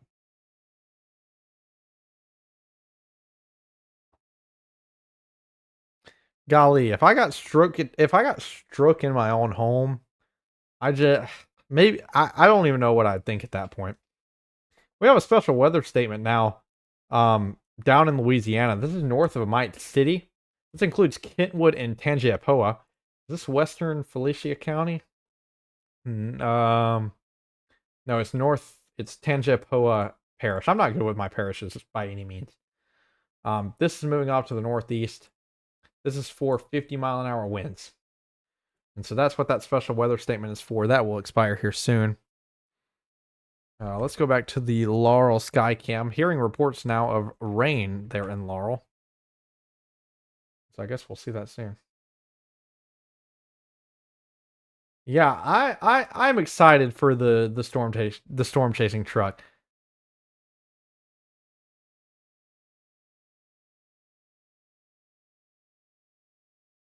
Weather Underground says storms won't hit Pearl River County until midnight or later. Well, I I don't know about you. I'm looking at this. Let me look at this. Storms are roughly, I'd say, let's see, how far away are they from Pearl River County? They're 32 miles away from Pearl River County right now.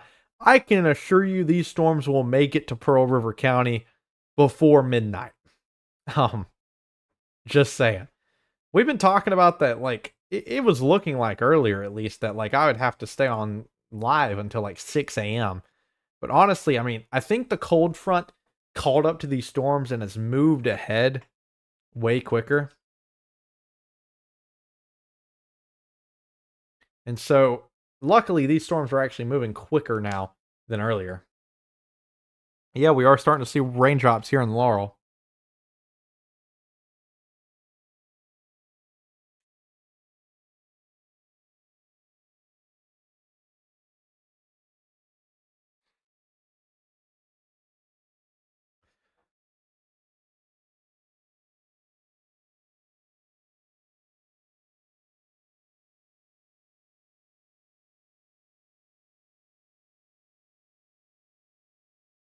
The thing about Weather Underground is Weather Underground the app by the Weather Channel? I think that's ran on. I think their rain stuff is all based on models, and it might be an average of several models. I'm not sure. Our plan is eventually, if we get an app, is to have all of our forecasts actually put in by humans for South Mississippi, which would be great. Um, Honestly, we have a hard decision at some point when we get an app if we only focus on southern and central Mississippi, or if we focus on all of Mississippi, because taking on northern Mississippi as well is kind of a big challenge. But doing the I-20 corridor down south is a lot more doable, if I'm going to be honest.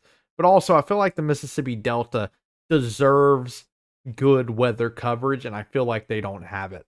So that's why I kind of want to do northern Mississippi. But then again, Matt also has his thing going for North Mississippi, and I mean, he's pretty dang good at what he does. So that's why we might just focus on South Mississippi primarily. Plus, that's where our viewers are from. So I'm not sure. Um, so, anyways, where that line of storms is really starting to enter. We have storms entering Columbia now. Storms beginning to enter Sumrall. We will see more than likely rain entering Hattiesburg about right now, but those storms will start moving in probably in about 45 minutes for Hattiesburg. This will begin moving into Ellisville in the next few minutes and in Waynesboro in probably about the next 30 to 45 minutes.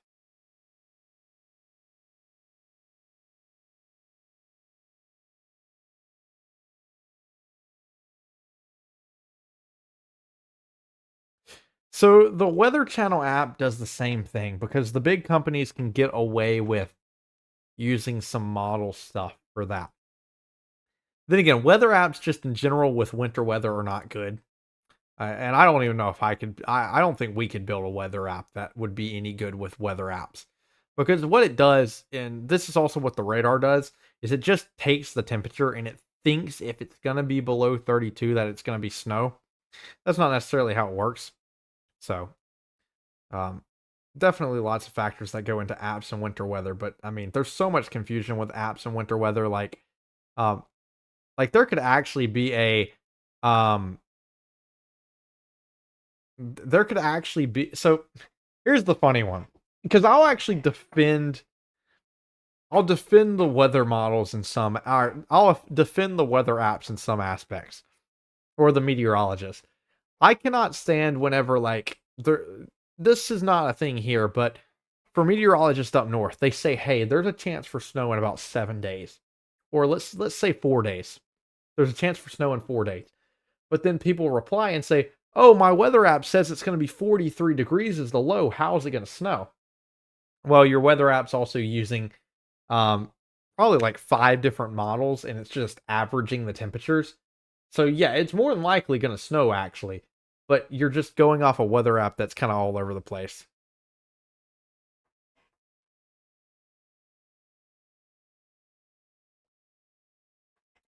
What time do I think storms might get here? What part of Pearl River County are you in? Because Pearl River County is kinda huge.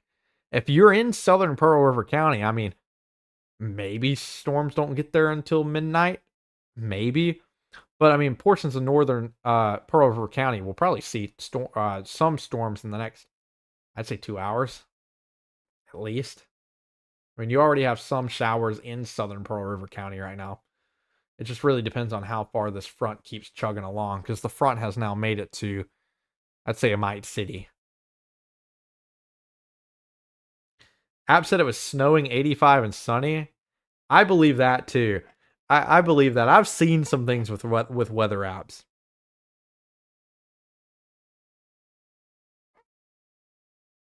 I want to know why our camera here is looking into the radio tower.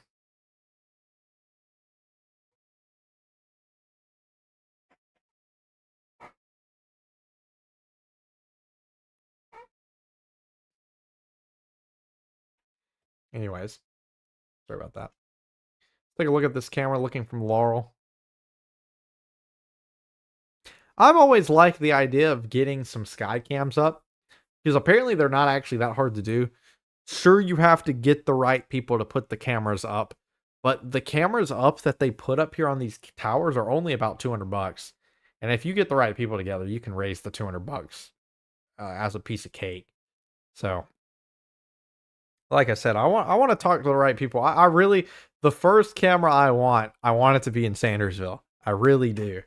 I don't know where it would be put, because the only high spot in Sandersville is on the water tower, so that would be hard to figure out. But I mean, it's totally possible. North Mississippi Storm Chasers does it.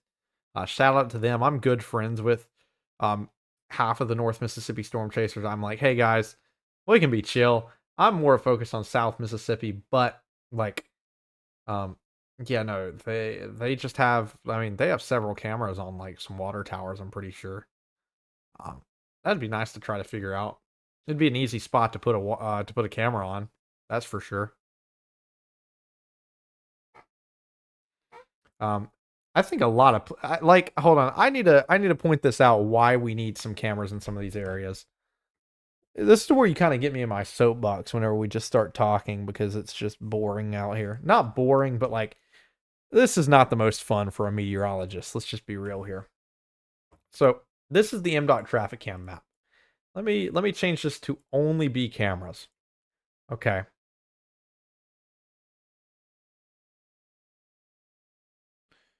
So here's where we're sitting. You have lots of cameras near Jackson. You have one out in Forest, a few near Vicksburg, a few near Natchez. You actually have one in Macomb and one near Osika. Several near Hattiesburg, some near Laurel, one out near Collins, a few in South Mississippi, and then a lot along the coast. But then you have, I mean, there's a huge area here in South Mississippi that have no sky cams on them. And of course, like, we can't use like the private, um, you can't use the private like TV station cameras, but they barely use them anyway. So what I think we do, like, we need a sky cam out here between Moselle or Ellisville. That'd be great. We need one out in Sandersville. I just want to do that just to do it. Um, so here's what I'm planning, because if if we went to South Mississippi, if Magnolia State Weather focused on solely South Mississippi, we're not going to, like, we would start at like the I-20 corridor, maybe a little farther north, but we would also include these counties north of the Mississippi River. 100% we would include these counties in Louisiana. I don't think there's any reason to not do that. Because, like, I already cover Bogalusa when it comes to severe weather because those are going to move right into Pearl River County. And so we're already covering a lot of these counties down there in Louisiana. And so, like, if I could get some sky cams there, that'd be great too, because those are storms that are moving up into portions of southern Mississippi. I mean, I think putting a sky cam in Bogalusa would be great. I think that's a great location to put one in. Put one down there near Amite City. That'd be great. But we also need some, like, one over near Woodville would be great. You'd have to kind of spread them out for now. But if I can get connections with the right person and we can start doing these, it'd be great. Because I mean, just the Skycam network across Mississippi sucks. I'm just gonna say it. It sucks. And using MDOT traffic cams works, but only if they have a good angle. So I would love a Skycam network. Um, I definitely want to look into that, but definitely got to start somewhere on that. And usually when it comes to sky cams like that, you can actually get funding from that through the people that live there because they actually want a sky cam. So that's something to look forward to in the future. And Magnolia State Weather will 1000% be putting effort into sky cams in these towns that need it. Um, I feel like in a lot of places we put up a sky cam in a city just to be like, hey, we got a sky cam here for advertisement sakes. I think that's true. Um, but I think these small towns are what really need sky cams. I mean, you can't, like, I grew up in a small town. I grew up in Sandersville. Um, you can't tell me that a small town of 1,000 people wouldn't be grateful to have a sky cam in their area.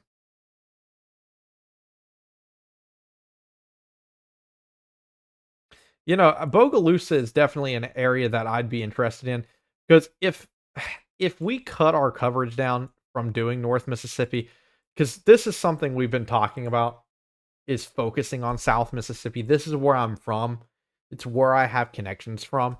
If we decide to cut, and I say South Mississippi, this would include the I-20 corridor. I would include Vicksburg, Jackson, and Meridian in our kind of South Mississippi area. Um, I would include that, but if we decide to cut off North Mississippi from our area and put more effort into South Mississippi, we would 100% include the counties or the parishes, I should say, north of the Mississippi River, which would include I'm not good with my Louisiana counties. Let me go check. Not I keep saying counties, these are parishes. Um I would 100%, let's see. That would be like, I don't know how is the coverage down in Louisiana. I don't know how the news stations are down there when it comes to covering the stuff. I know there's some good ones over near Baton Rouge, but like I would include what is that? West Valencia or West Valenciana, East Valenciana, St. Helena, Tangipahoa, Washington, and St. Tammany parishes easily. Um, for sure, any parish north of the Mississippi River I'd include. Um, and then maybe honestly, why not go down from there down into New Orleans area and whatnot? And I know that includes a lot of areas, but really at that point, I mean, our weather kind of all ties in together. All the weather that goes over New Orleans is what ends up being our Gulf Coast Mississippi counties. So really, it's kind of a no-brainer to take those. Feliciana, okay, Feliciana. I know I can't pronounce those parishes right now. What I usually go in is I look up how to pronounce it properly. I just haven't studied the Louisiana parishes just yet. Um, I just got done learning all 82 Mississippi counties. And when I tell you that's difficult, that is difficult. Like, the pronunciation's not the hard part. It's just the fact that we have 82 counties. Like, that's a lot of counties. I mean, Alabama's bigger than us and has 67 counties. Like, like it's just funny. But yeah, if we decide to cut down and cover only central and southern Mississippi, we'll probably include that portion of Louisiana because there's no reason not to. I mean, we already do it for severe weather coverage anyway.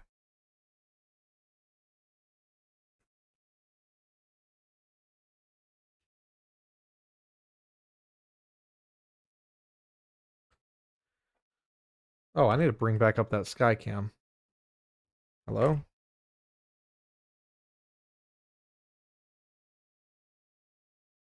It's probably going to start pouring here soon.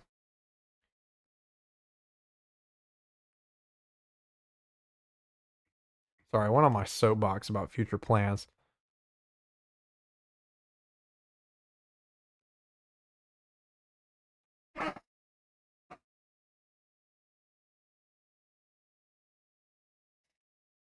It's kind of difficult to cover all of Mississippi, especially for these severe weather events, because I mean, storms entered northern Mississippi 9 hours ago.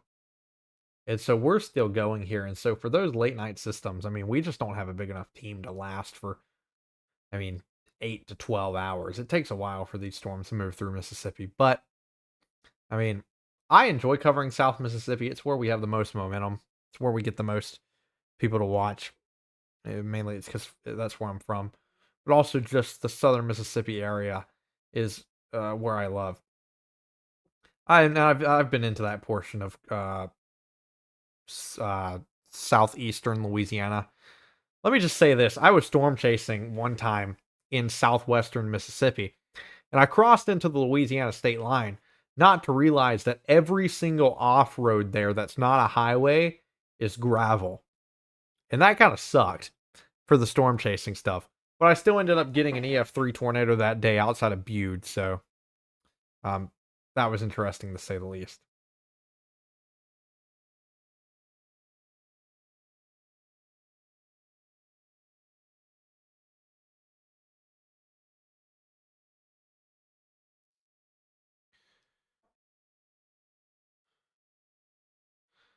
I love how the severe thunderstorm watch actually. So the severe thunderstorm watch underneath me has never cut off. It hasn't included any of the cut off counties that we've had. Lightning and thundering big time in Laurel. I believe it. These storms are just doing everything they can to move really slowly. Like I mean it's been right over Laurel, moving through Laurel for about the last 45 minutes at this point. So yeah, storms are moving very slowly. But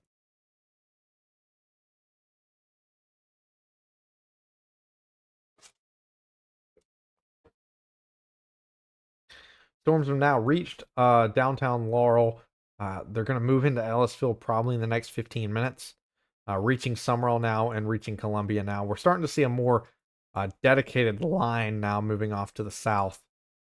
They've kind of started to stall out a little bit, but what I'm seeing over here now in Louisiana is it's hard to tell what's going on in terms of where the cold front is.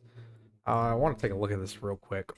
I'll move that over here because you have two lines going on. This is either the line here, spanning all the way still to the west of Baton Rouge, moving off to the south, or your line is here and it goes down here towards what is that?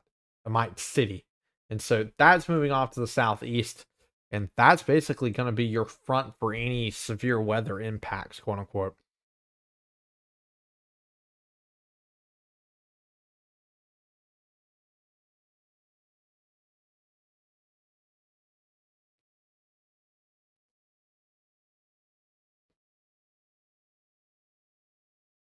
All right. I'm about to take a break real quick. This is a quick break. This is not going to be one of my like 20-minute breaks. I need to take a break for just a few minutes. So I'm going to sit here and let this play. I'll let these two cameras play because at least we should see Laurel having some rain here very soon.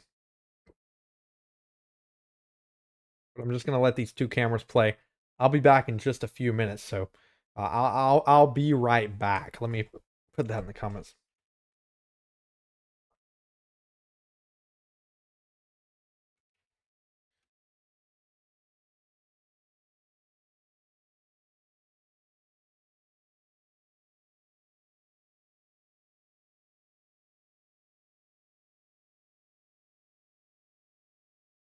Can y'all see that message that I just sent?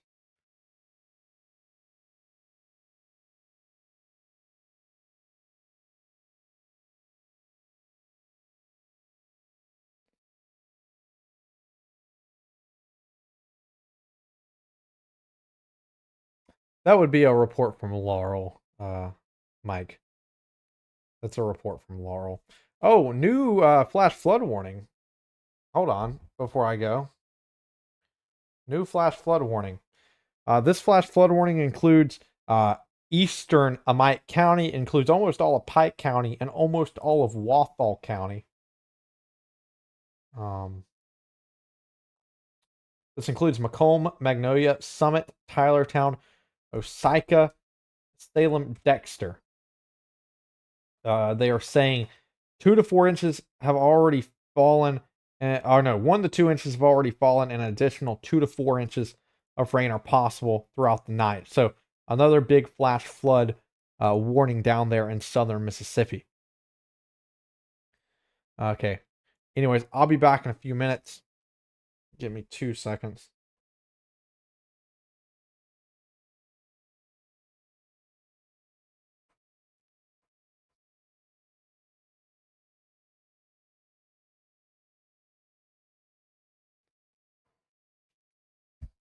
I'll be right back.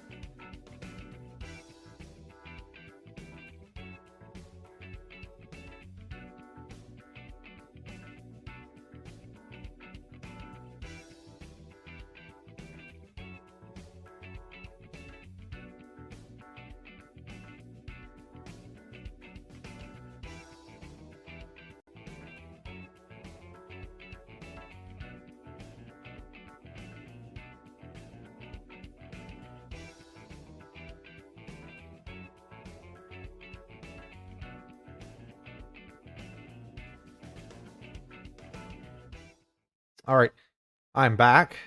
Um, Sorry, whenever you only have one person, sometimes you have to take a break for 2 seconds. Anyways, so that strong line of storms now has moved through Laurel, going to enter Ellisville here very soon.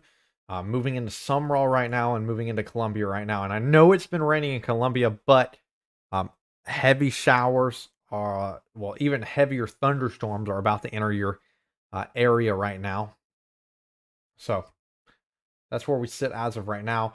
The severe thunderstorm watch is going to be allowed to kind of just dissipate here in the next few minutes. Really, the only county that needs it remaining is Jones County.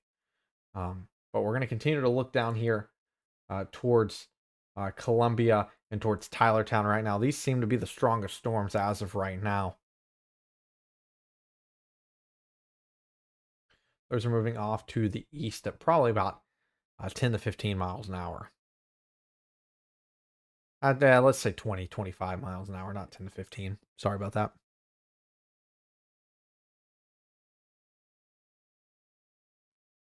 So we look farther south into portions of Louisiana now. St. Francisville, heavy rain there. Lots of lightning actually between St. Francisville and Jackson, Louisiana. So along that Highway 61 corridor, lots and lots of lightning we're seeing with that cell as it moves off to the northeast towards Clinton and towards Centerville in Mississippi. Next up, a little farther to the west, or to the east, sorry, from Amite City, just north of Amite City, towards Roseland on US Highway 51 and along Interstate 55. Some more heavy rain showers and thunderstorms. Well, this is in the special weather statement that shows 50-mile-an-hour winds with this cell. And so, like I said, we have a new flash flood warning that includes Magnolia, includes Macomb, and includes Tylertown. And that is for the possibility of flash flooding in low-lying areas.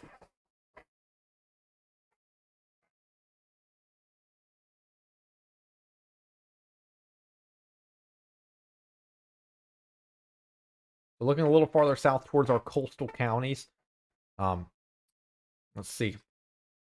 Towards our coastal counties, we have a strong shower between Poplarville and Wiggins. No lightning with that one. But then if we look towards the DeSoto National Forest, off of Highway 26 towards Deep Creek and towards Bindale, some lightning with that cell over there as it heads off to the north towards Leaf and towards McLean over there on Highway 98.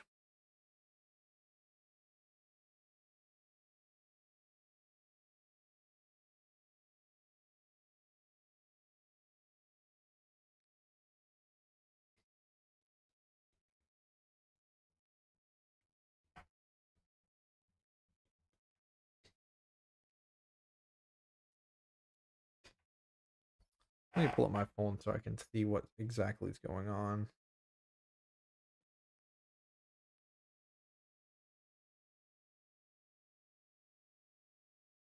If you have any questions, feel free to send them in the chat.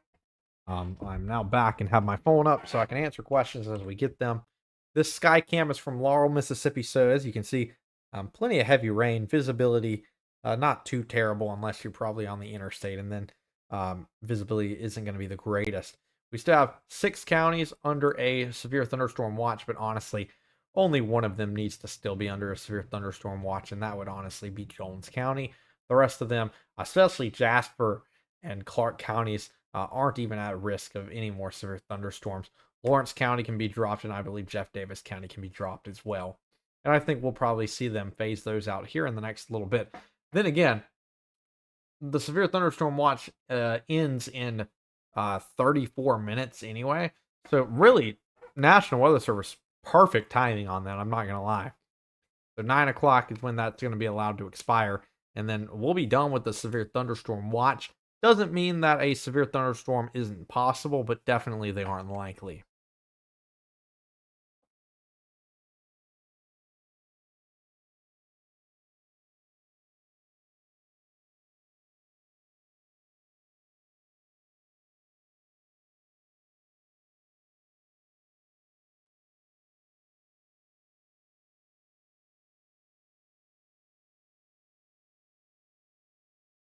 down here near Tylertown. Seeing some broad rotation here on the other side of Tylertown. Honestly, looking at this cell, it has some hook with it, but doesn't necessarily look like a healthy hook on that system.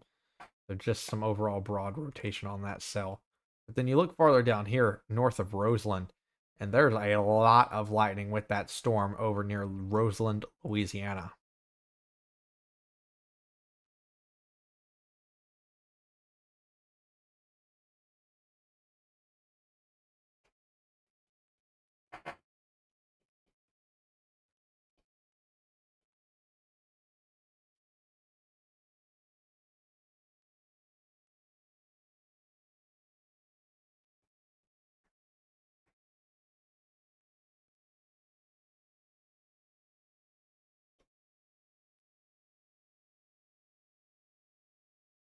So, yep, there it is. Updated severe thunderstorm watch includes Clark, Covington, Jasper, Jeff Davis, and Jones.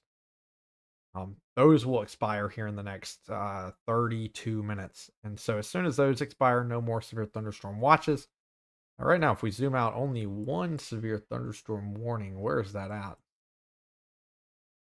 I'm not seeing where that severe thunderstorm warning is. There's one warning, but where is it? I'm looking across the United States and I can't find it.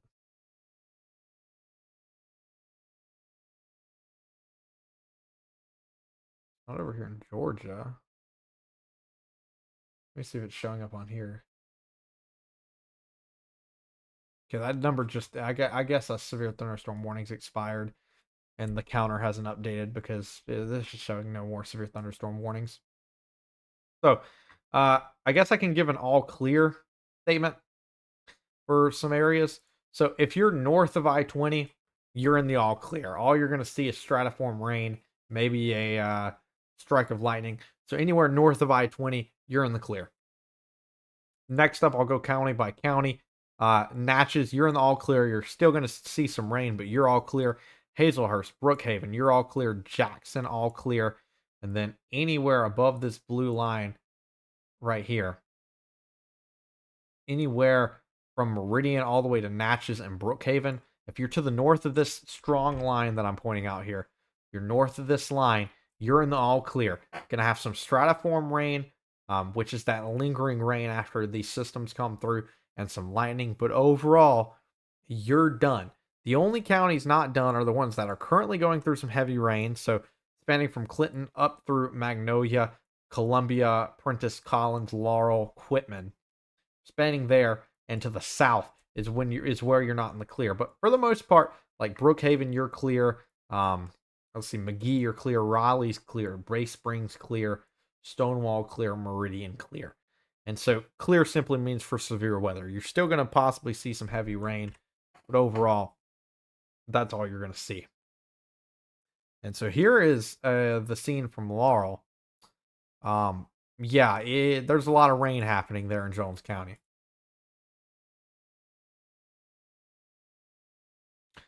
Lots of lightning associated with some cells over near Columbia. Let's see. I want to see if I can get some cameras there here in a second. But I kind of want to stay with this Laurel camera for just 2 seconds or so. Let's see if I can.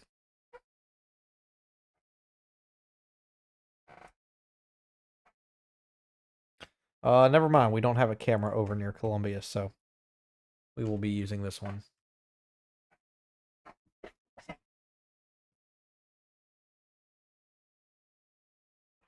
Question about Wayne County. So Wayne County, you're not in a severe thunderstorm watch, and you haven't been all day. But you're going to have some heavy storms and thunderstorms move into Wayne County here very soon. You already have some moving into northwestern Wayne County, towards like, let's see what's out here, towards Ucutta and towards Pleasant Grove and Lightsey. But overall, that's starting to move into central Wayne County right now. Here in about the next 15 to 30 minutes, and it might take roughly an hour to get to southern Wayne County as well. But yeah, these storms are moving fairly slowly. If you're in Wayne County and you haven't seen storms yet, just know you will be seeing storms before the night's over.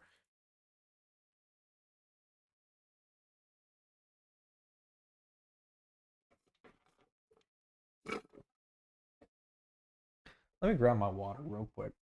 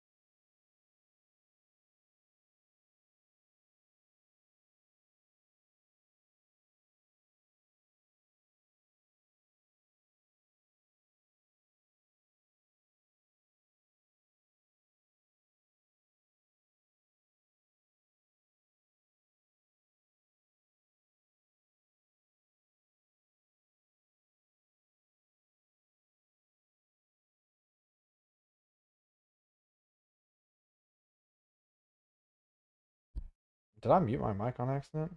When did I do that? Have y'all been able to hear me? I don't know when I just muted myself. I accidentally did that.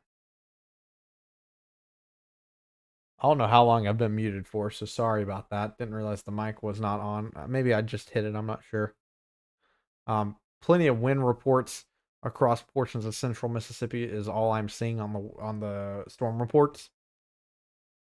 And that's via the Storm Prediction Center.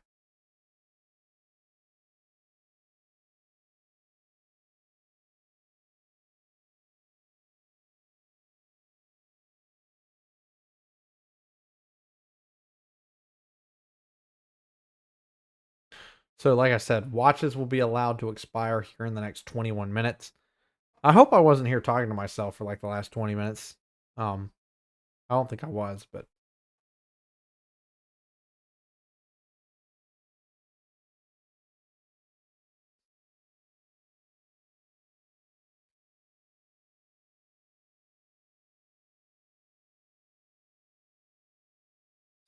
trying to figure out what I'm trying to find here.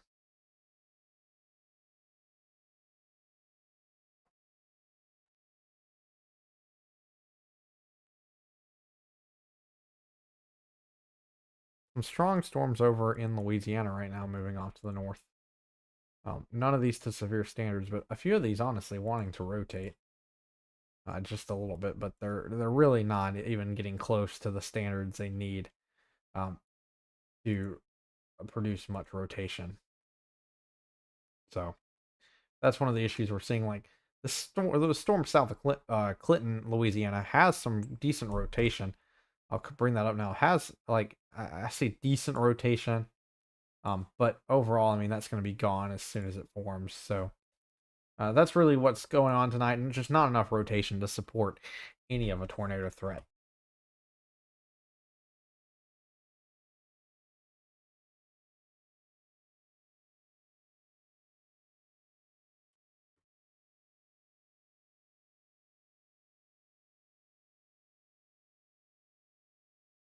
Lots of lightning over there near Columbia right now.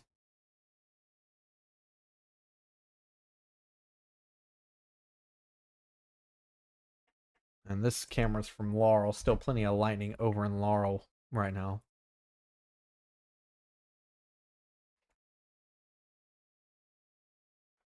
Let's see what I can come up with today.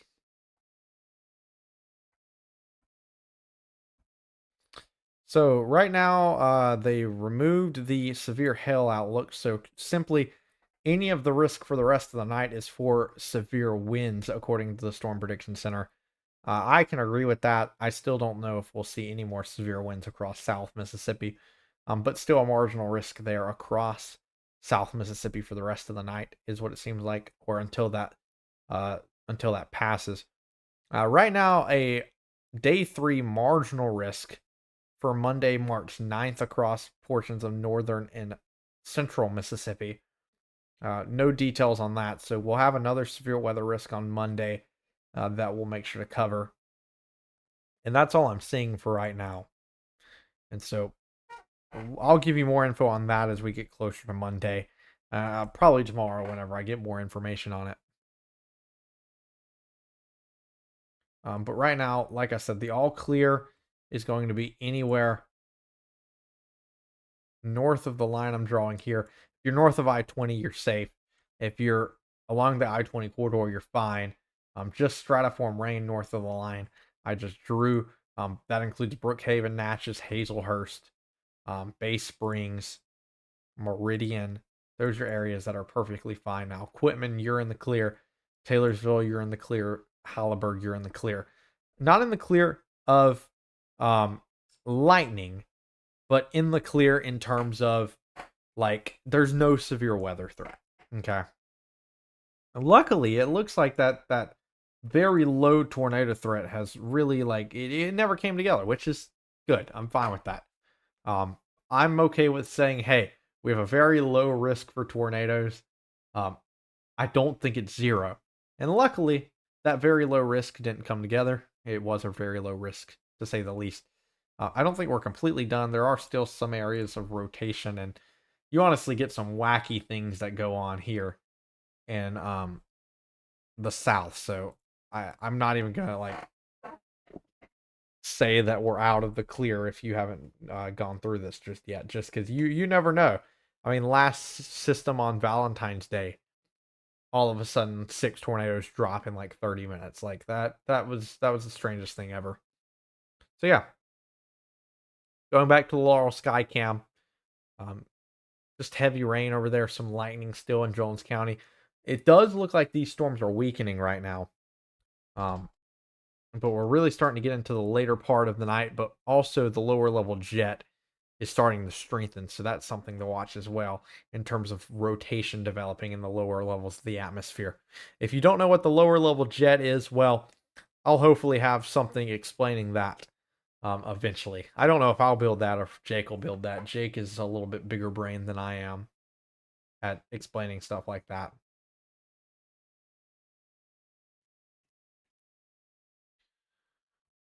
But zooming in, still a lightning show over Tylertown and all the way over to Columbia. Plenty of lightning strikes you can see on radar just north of Tylertown and just over Columbia as well. So seeing plenty of lightning there in Wathall and in Marion counties, and that really goes all the way up on this line, all the way through Sumrall, all the way through Ellisville, and all the way through Laurel. Plenty of lightning with this, but honestly, the lightning that was over there towards Wayne County has kind of fallen apart. It seems like. Um, well, now that I switch over, there's still some strikes over Wayne County, but not as many as we're seeing farther south towards Columbia and Tylertown. Is there any other sources live right now with weather coverage? Um, Ignoring like the obvious, like I don't know. I think Ryan Hall and Max Velocity probably went offline already. If I had to guess, maybe not. More talking about locally. Is there any local stations that are doing weather coverage right now that we know of?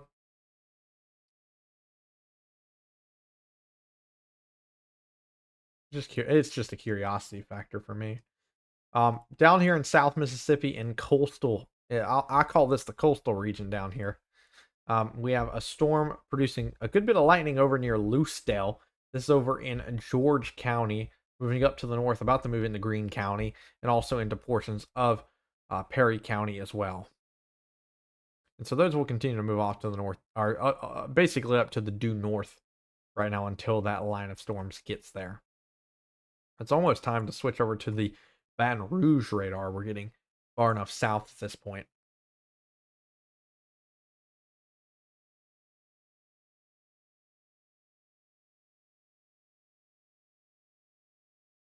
I was trying to build something last night, and we've been playing around trying to script some things to add to the stream that just isn't ready just yet.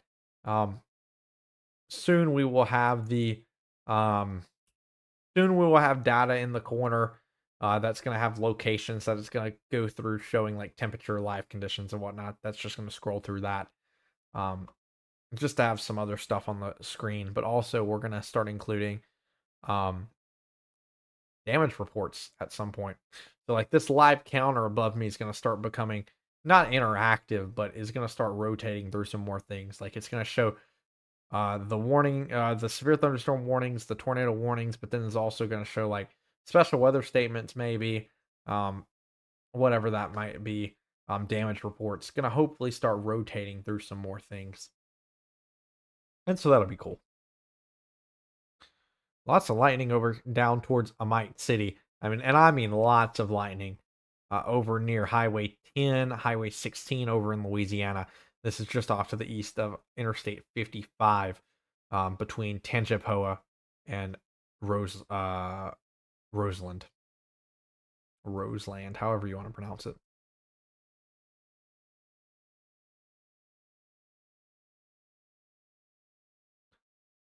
Are we gonna have to stay up all night? No, you're almost in the all clear up there in northern Jones County. I mean, you're gonna have some heavy, or you're still gonna have stratiform rain, like that rain that lingers on for a few hours, and maybe a little bit of lightning. But overall, I mean, your severe weather threat is already over in northeastern Jones County, up near Sandersville. Your threat's already over. So I'd say you're fine to go to sleep. There's still going to be some thunder and lightning and a little bit of heavy rain, but your threat's gone. So yeah, definitely not an all-nighter by any means.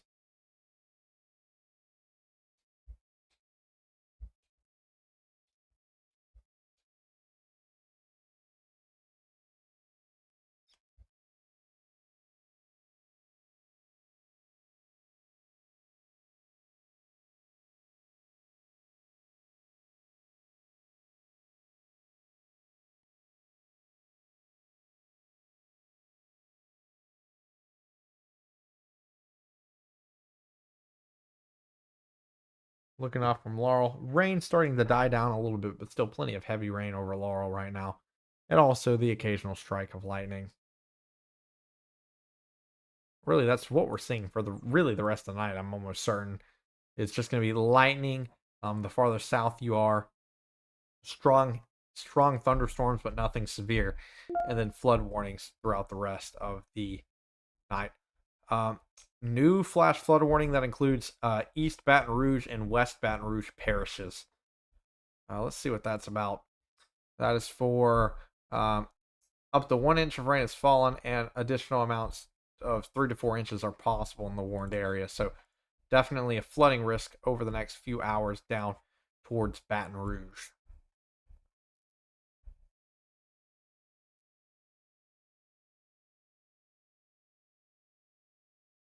But overall, this line of storms now, I'm going to pull it up here, has now reached portions of Hattiesburg, completely reached Columbia. So these areas, whenever you get the heavy rain there, it's going to last for probably about an hour to an hour and a half. And you're just going to have heavy rain and lightning last for that long. And then by the time it moves out, the lightning will die down a little bit, but you'll have some stratiform rain, which is just where rain lingers for about 1 to 2 hours.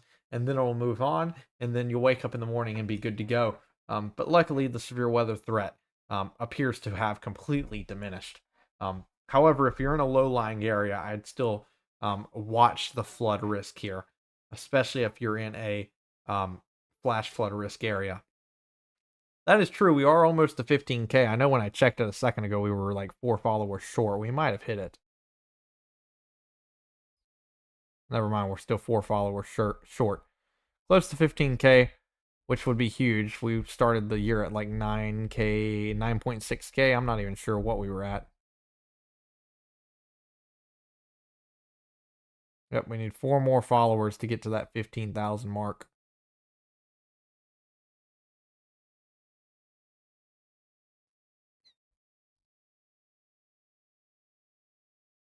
It'll come around. We'll hit it tomorrow if we don't hit it tonight somehow.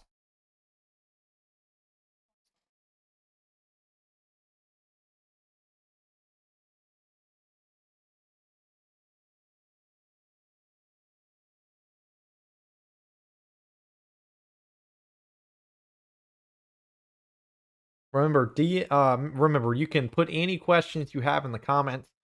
Um, Feel free to ask anything. I'll give you a forecast for a location that you want. If you want to know if it's going to rain, that's perfectly fine. That's kind of the goal of Magnolia State weather.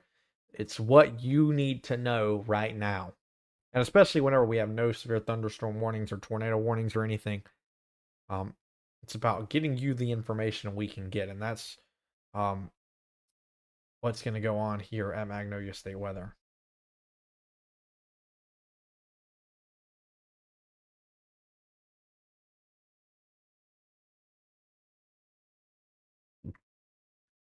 Did we lose the camera in Laurel? Let's retry this. Oh, there we go. That's back going now.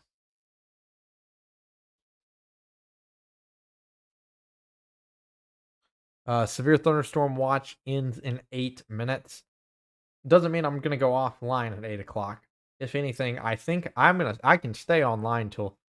I mean, I can stay on all night. I'm not going to, but at the minimum, I'd probably stay until roughly 9:45 to 10 o'clock.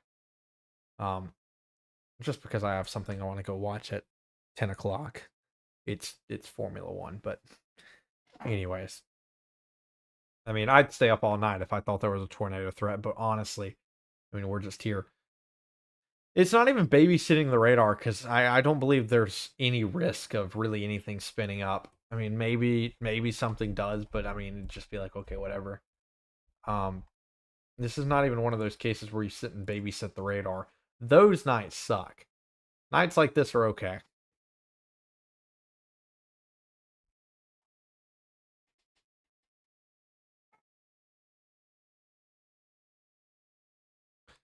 Plenty of lightning north of Baton Rouge. Like, the farther south we're going, these storms have so much lightning. I want to see if we can get some cameras maybe towards Baton Rouge. Maybe I can get a camera angle down there. Let's see what I can do. Let's see if I can get a...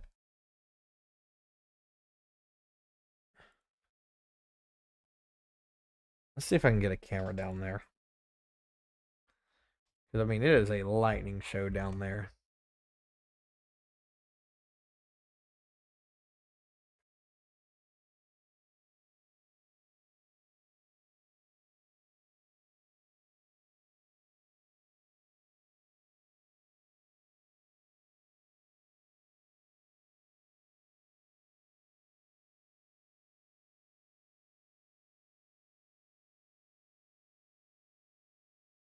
Let's see what we have here. Here's an angle. This is in Baton Rouge. Or this is... Yeah, this is in Baton Rouge. Let's see if we see much lightning with this. This is at 110 at Scotland Avenue. Yep, you can see plenty of lightning in the distance. So yeah, we're 4 followers away from 15,000, which is incredible considering we literally started the year at 9.7 thousand. So we've grown massively already this year in just 2 months. So lots of work to keep going, but just got to keep grinding. Doing everything I can to grow during severe weather season. But that's actually fairly difficult. It's kind of weird. You don't normally gain a lot of following during the severe weather season, is what it seems. Gain it during the off season. Weird. Anyways, that's what we're looking at towards Baton Rouge. I'm gonna bring back the gonna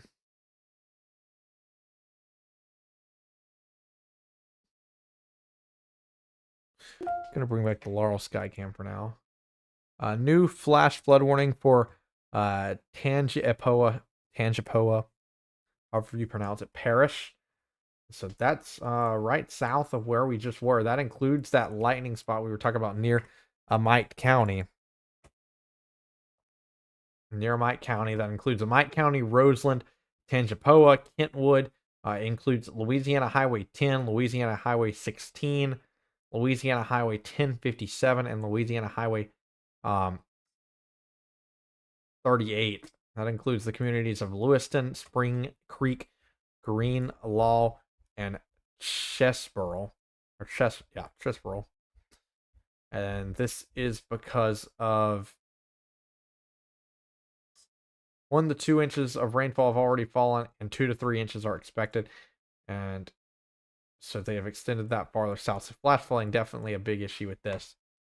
Next thing I want to look at is going to be that satellite we looked at earlier. I want to see if these storms are dying or if they're...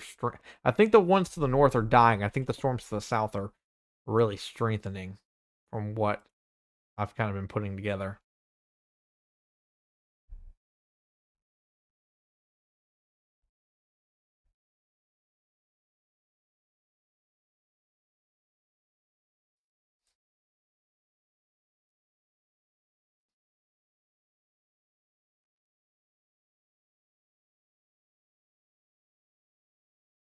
Let's see.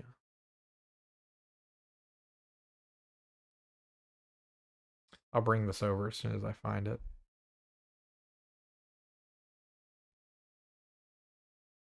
Okay, here we go. All right, so here's what we looked at earlier, which shows the cloud tops. You can see like an hour or so ago, the cloud tops got really high there for just a second when they get into the bright oranges, into the reds. This shows the cloud tops, which basically how high the cloud is reaching in the atmosphere. So actually, this is kind of weird, but Uh, the redder here means that the cloud top is colder, but that also means that it's higher up in the atmosphere. And so we saw those storms really strengthen for a while, and that's where we've been seeing the big lightning storms with these. Overall, it looks like the system is sort of calming down as we go into the afternoon, or not the afternoon, as we go into the night. At least the northern storms are, but the storms over in Louisiana still seem like they have some steam. So it's just something I wanted to look at real quick. No rain in Henleyfield, Mississippi, but lightning to the east, north, and definitely the west. Rain everywhere but on you.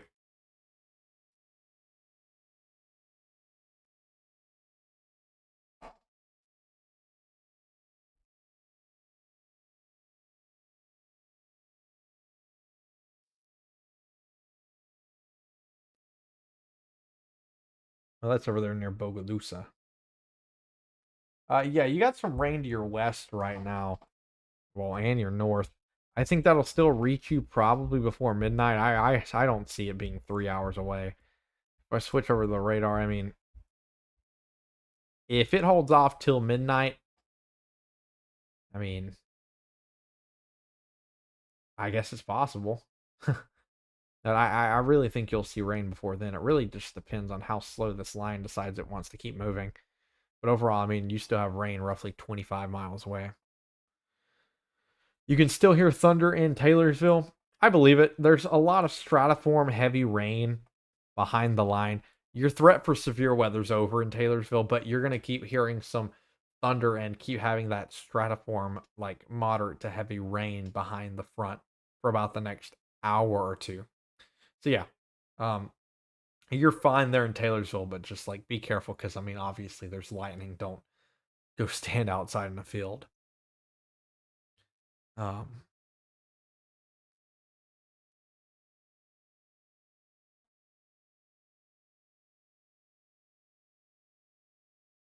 we now have 5 flash flood warnings across the area. A few severe thunderstorm warnings down in Texas, but 5 flash flood warnings here. 2 of those in Mississippi, 3 of those in Louisiana. Really 4 of those technically in Louisiana, but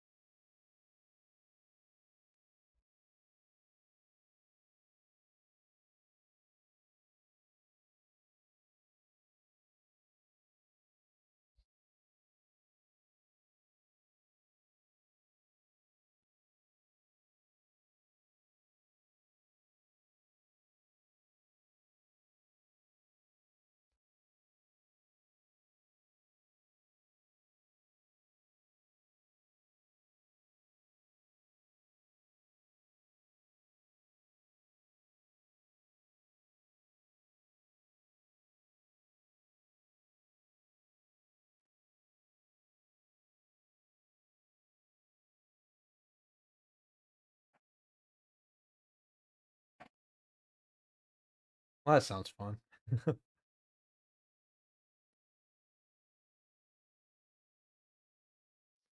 Let's see if we get some better camera angles now.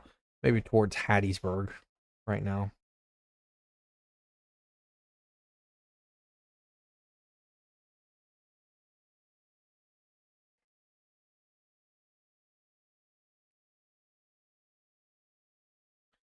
This is what we're seeing near Rawls Springs outside of Hattiesburg. I hope my water's in my truck. I might go check and see if my water's in my truck. I know I left a water somewhere and I have no clue where it's at. And I kind of need some water right now. So I'll be right back actually. I'm gonna. Yeah, no, the storm that came through Macomb earlier, that was ridiculous. Like that was one of the best things. I mean, in a meteorological sense, that was one of the coolest things I've ever seen. Like that was an extremely electric storm. Like that I mean, if you lived there, it had to be a little scary, but maybe a little cool.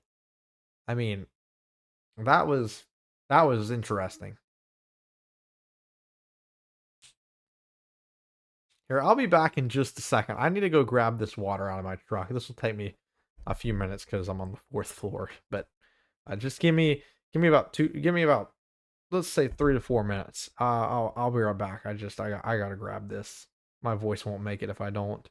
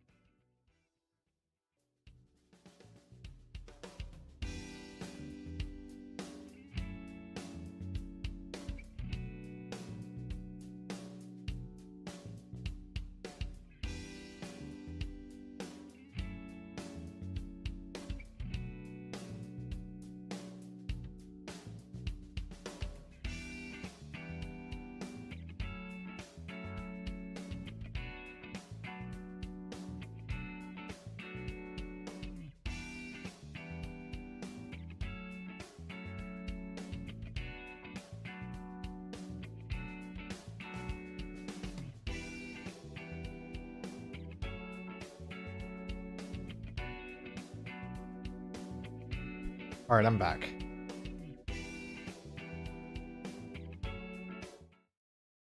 All right, back here. We got the water now. I'm a little gassed from walking up the stairs.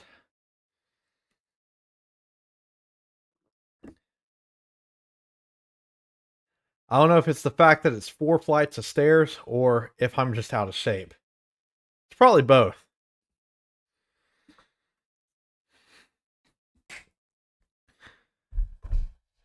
Anyways,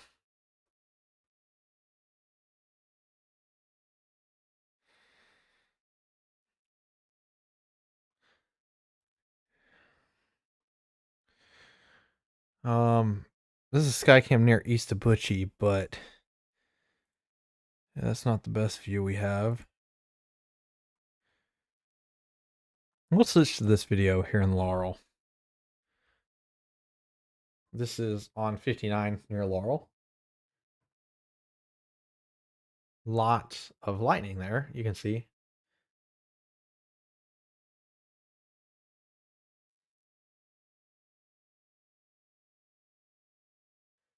I'm really looking like these storms are actually really starting to fall apart now, which is what we really like to see. So,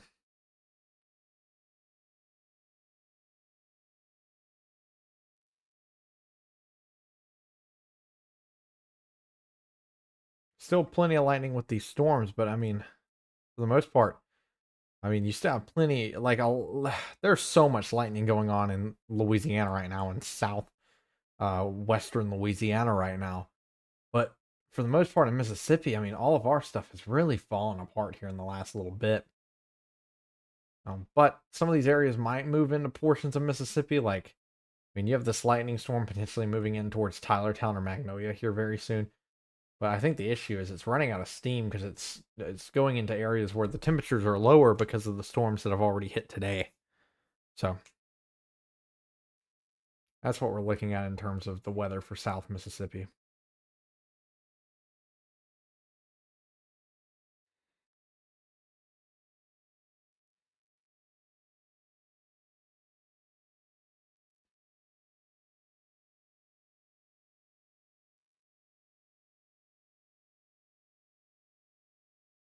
Any idea how much longer Marion County will be hit? Going crazy and our power just went out for a system. And my husband, he wants to know if you watch NASCAR. I do watch NASCAR. I'm a very avid NASCAR fan, actually. Um, not only do I watch NASCAR, I watch IndyCar and Formula One. I'm a big motorsports guy. Um, if I wasn't live streaming right now, I'd actually be watching the Xfinity Series at Phoenix. I actually have no clue how that race is going right now because I haven't been able to check.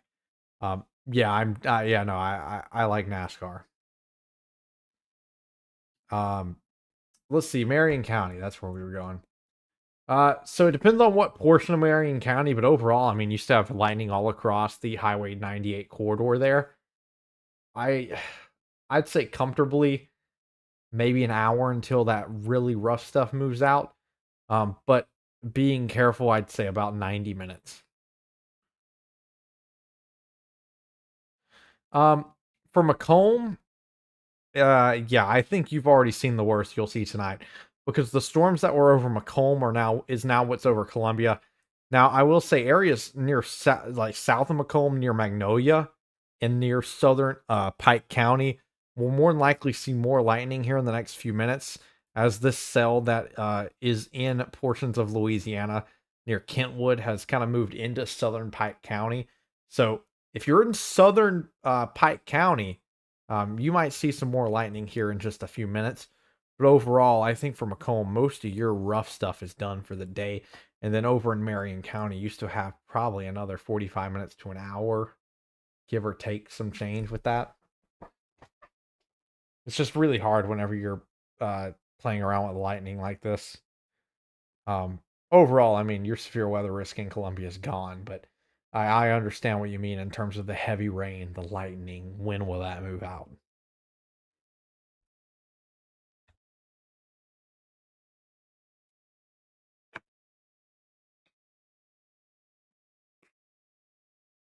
Oh, it's 20 laps to go. Sam Mayer's leading. Let's go. Not that I'm like a Sam Mayer fan, but I mean, at least it's not Austin Hill. Yeah, Lawrence County looks like just having light to moderate stratiform rain. I need to kind of teach what stratiform rain is to the class at some point, because I'm going to use the word stratiform rain just because that's the easiest way to put it. It's just rain that's up near the stratosphere that's just kind of lingering on. It's called stratiform rain, more due to stratus clouds and other things. But anyways,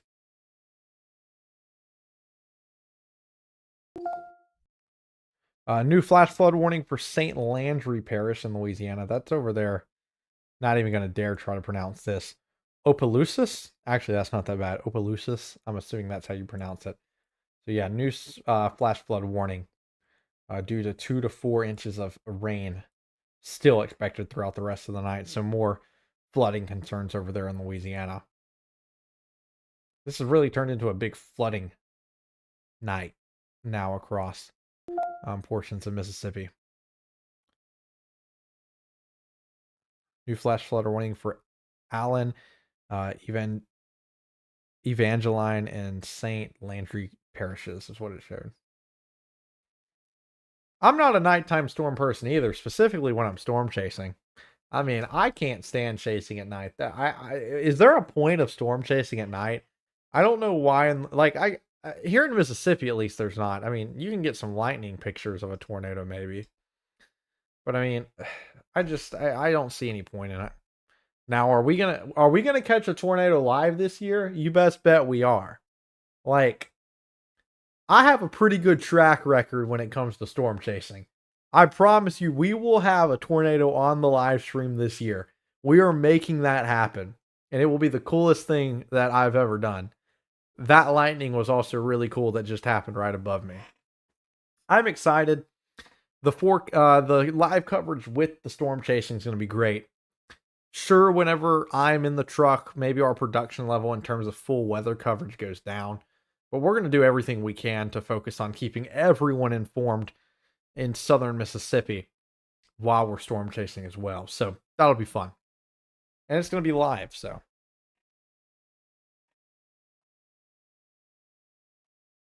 Yeah, but we really got to make the decision soon. Not really soon. I think we're going to continue to do weather coverage for all of Mississippi, but like I said, our primary area is southern Mississippi. I think that's where we're really gonna focus in on the weather. And every time I say southern Mississippi, I'm also talking about the Louisiana parishes north of the Mississippi River. Those guys just, I mean, like poor like the parish that I say counties, I meant parishes north of the Mississippi. Sorry, like is it St. Tammany Parish that Bogalusa is in? Just kind of gets ignored, and it's like, bruh.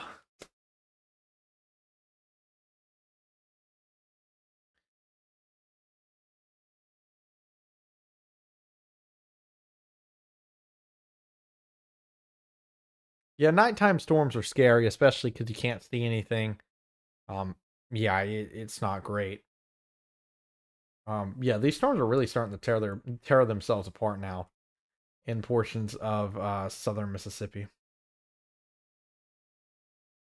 Baton Rouge, Columbia, Hattiesburg, yeah. Um, yeah, so one of the storms I intercepted, I can actually pull this up. I own this footage. Hold on. While we're talking about this, we're like, I mean, oh, we hit 15K. Did we do it? Hold on. Are we about? We did. 15,000. Let's go. It happened a few days later than I thought it would. 15,000 was not. We were not even thinking 15,000 2 months ago. We weren't even at 10,000 2 months ago. So, woo, yeah. We just hit 15K. Let's go. Let's keep building on it and keep going. Luckily, with streams like this, we can keep. I can keep talking about some things of the past and whatnot, and we can just have a decent time while giving you the weather. So I own this footage, so I realized I can show this on the live stream. because this is my footage. Let's see where this is. Reels. So, is this it? Okay. Let me mute the audio on this because I really don't want the audio to play on this. So, this was in Colombia, just because you mentioned Colombia. Let's see. So this is my footage. Oh, okay. So this is my footage in Columbia, Mississippi. Okay, I thought I muted this. Mute tab, mute site. There we go. So this is my footage in Columbia. It's Washington Parish. Covington is in Tam. Okay. I'm not good with my parishes. Washington Parish over there. So this was in Columbia last year. So this was such a weird day because I followed this storm from when it was in towards Amite City. Like, I followed the storm for a while. It was a little tiny cell when it was near Amite City, and this cell really grew quick, and it was by itself. I was the only storm chaser out of like however many storm chasers were there that went with this cell, and it paid off big time. Absolutely freaking beautiful tornado. There was an EF0. It didn't hurt anybody, so that was great. But yeah, no, you talk about that Columbia Hattiesburg route. It's crazy. And it's so true too. Um, you also have the Tylertown, like the Tylertown route, because you also get some that go like Amite City up towards like Tylertown, south of Tylertown, up to Columbia, and then up towards like Ellisville and Laurel. And that's one thing I like. I grew up in Jones County, so like we have the path that's like if something forms near Ellisville, it's gonna hit Laurel, and then if it hits Laurel, it's more than likely gonna hit Sandersville. And so like if a tornado forms just right, it could take out half the county. And so that's just one of the weird things whenever you have cities like perfectly northeast of each other. Anyways.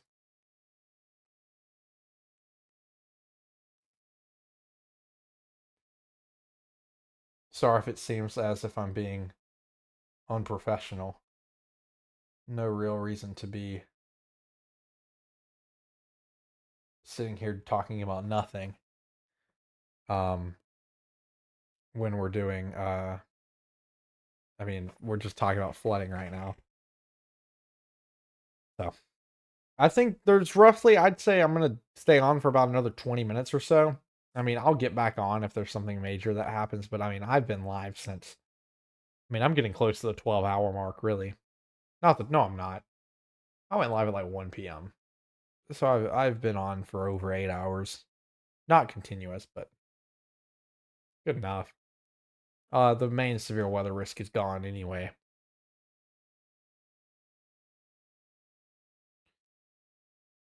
Justin Allgaier won it. Let's go. I'm an Allgaier guy. I'm a junior motorsports guy. Good for him. We bought our house in Columbia. How soon should we install a tornado shelter? LOL. Also, Allgaier won. So I'll give you my opinion on the storm shelter stuff. Get it built as soon as you can, but do not cheap out on a tornado shelter. I don't know where you moved from or if it was another place in Mississippi. I strongly advise against above ground storm shelters. People are like, cool, hey, they're rated for like category 3 winds. Well, a category 3 hurricane is only as strong as like an EF2 tornado, maybe an EF1 tornado sometimes.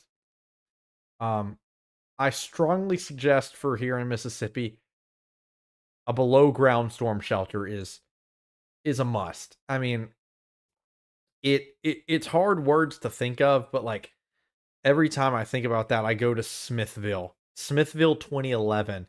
The only the only places that were hit that survived in Smithville was underground. No two-story house with an above ground storm shelter survived. It like I try not to be that guy, but it's like sometimes we just have to be honest. Above ground storm shelters do not provide as much protection as people think. I'd say if you can, definitely go with a below ground storm shelter. And also they're actually cheaper generally. I mean, who would guess digging a hole in the ground is cheaper than putting an above ground storm shelter in your house. But yeah, no, if you can put a in ground storm shelter near your house soon, I mean that'd be great. I mean we're starting the middle of tornado season now, so that's my soapbox. I'm gonna probably do a whole paper on why above ground storm shelters suck at some point. Um, but you will never hear me advocating for an above ground storm shelter. I think they provide a false security, if that makes sense.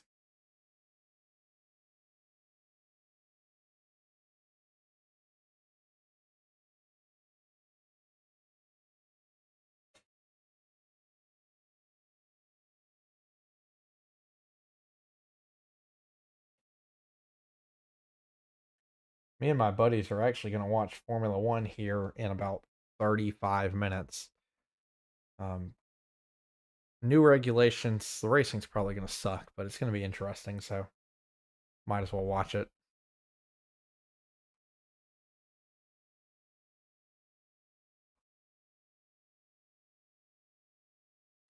Yeah, that's one thing we kind of lack here is like you need a below ground shelter for how strong our storms are here, but no, not a lot of people have them. Mainly because they're hard to. In a lot of cases, they're hard to manage because drainage sucks here. Yeah. Um. Yeah. I don't. The issue is like the reason we don't have a lot of storm shelters to begin with is because I mean I'm just gonna say it. I'm from the southern portion of the state. A lot of Mississippi's poor. It's just true, and so there's not a lot of extra money to go into like a storm shelter, and so you just kind of hope that whatever you have makes it. Um, but no, yeah, no, and definitely for you, Ava, I would say definitely get a below ground shelter. If you're going to put money into it, do not build an above ground shelter. Build one that's in the ground, and you can buy one. Like I think it's like I know my girlfriend's parents have one that they're moving. I think it's like a concrete storm shelter, but then you dig it out and you put it underground, and then you cover it up. I think that's kind of how the in ground storm shelters work. If you're going to do it like that, heck, one of my relatives literally just dug a hole in the ground and built it himself with concrete. It was really cool, actually. Um, and I actually think it's fairly safe. So, um, definitely look into that.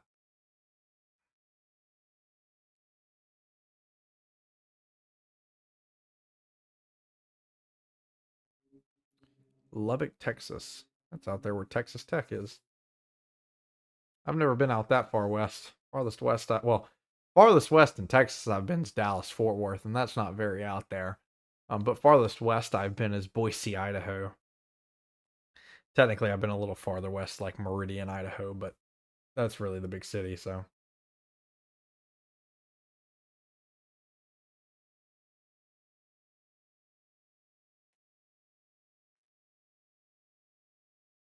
honestly, we've had pretty good viewer count for South Mississippi for a day that's not really a big severe weather day. I mean, we got up to like 15, 20 people at one point, which is pretty good considering no tornado warnings. Um, Heck, most of the stream was dead whenever we were streaming North Mississippi. Like I said, most of our viewing area is South Mississippi, but that's also where we put the most time and effort into. So there's that.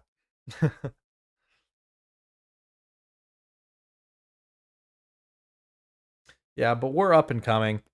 We have a few more years to really get Magnolia State weather going before I have to kind of hope that it's making enough money to go full time. Not that I'm in it for the money, but I mean you have to survive.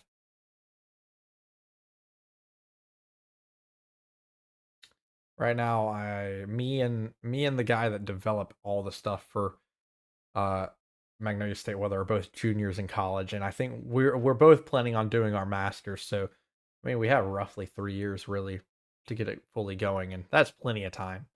That's easily plenty of time. I mean, we can probably get this. going in the next year pretty good. So I've been doing the I've been doing live coverage for, I mean, since senior year of high school. Now I say this, it sucked. Even last year my weather coverage sucked. Um but I think I finally started getting it down, so I mean, not that I was able to really show it tonight. I mean, we're just kind of here casually talking about the weather and other stuff. Because I mean, there's no imminent danger right now unless you're in one of the flash flood watches, and I mean, I can't sit here and repeat that. Hey, there's a flash flood warning here. Uh, every time 2 minutes or every 30 seconds. So one of my percussion instructors at my community college went to Texas Tech. I think he got his master's from Texas Tech. No, he got his doctorate from Texas Tech, I think. I can't remember which one he got.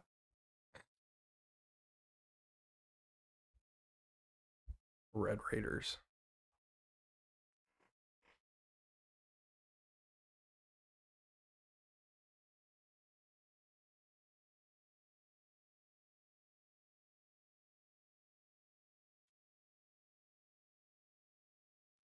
Right now we're sitting at 9:30. I'd say we're probably going to stay live for about 15 more minutes. I mean, I mean, I'm not even babysitting the radar. I'm not even really looking at it all that hard. I'm answering any questions that comes up.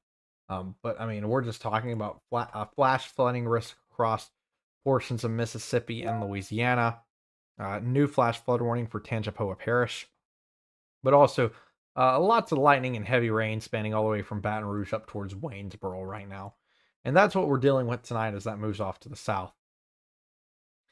This line will be moving into Bogalusa here in the next, I say, 30 to 45 minutes probably. It is moving very slowly, so kind of difficult to predict that. I'd say 30 to 45 minutes, or really probably another hour and a half. I mean, it just depends on if this rain clips Bogalusa or not. Up to the north, Purvis, you're getting rained on now. Wiggins, rain's about to enter into your area. But for Purvis, you're not in the heavy stuff just yet. You're not in the heavy rain and lightning just yet. That's still a few miles off to your north. We now have a flood advisory for Leakesville and Loosedale for Greene and George counties in Mississippi. This is for minor flooding in low-lying and poor drainage areas and small stream floodings.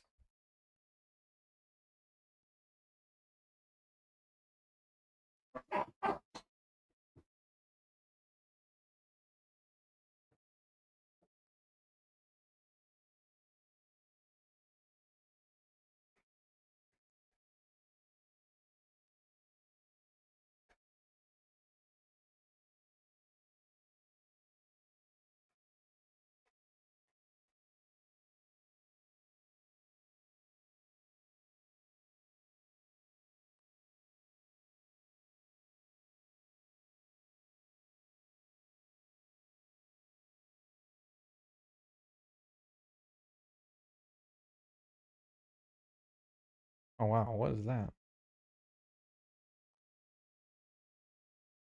We get like a tornado warning out of nowhere, I'm actually gonna lose my mind. I'd be like, I called it, I called it, I called it. This angle's not even showing any rotation.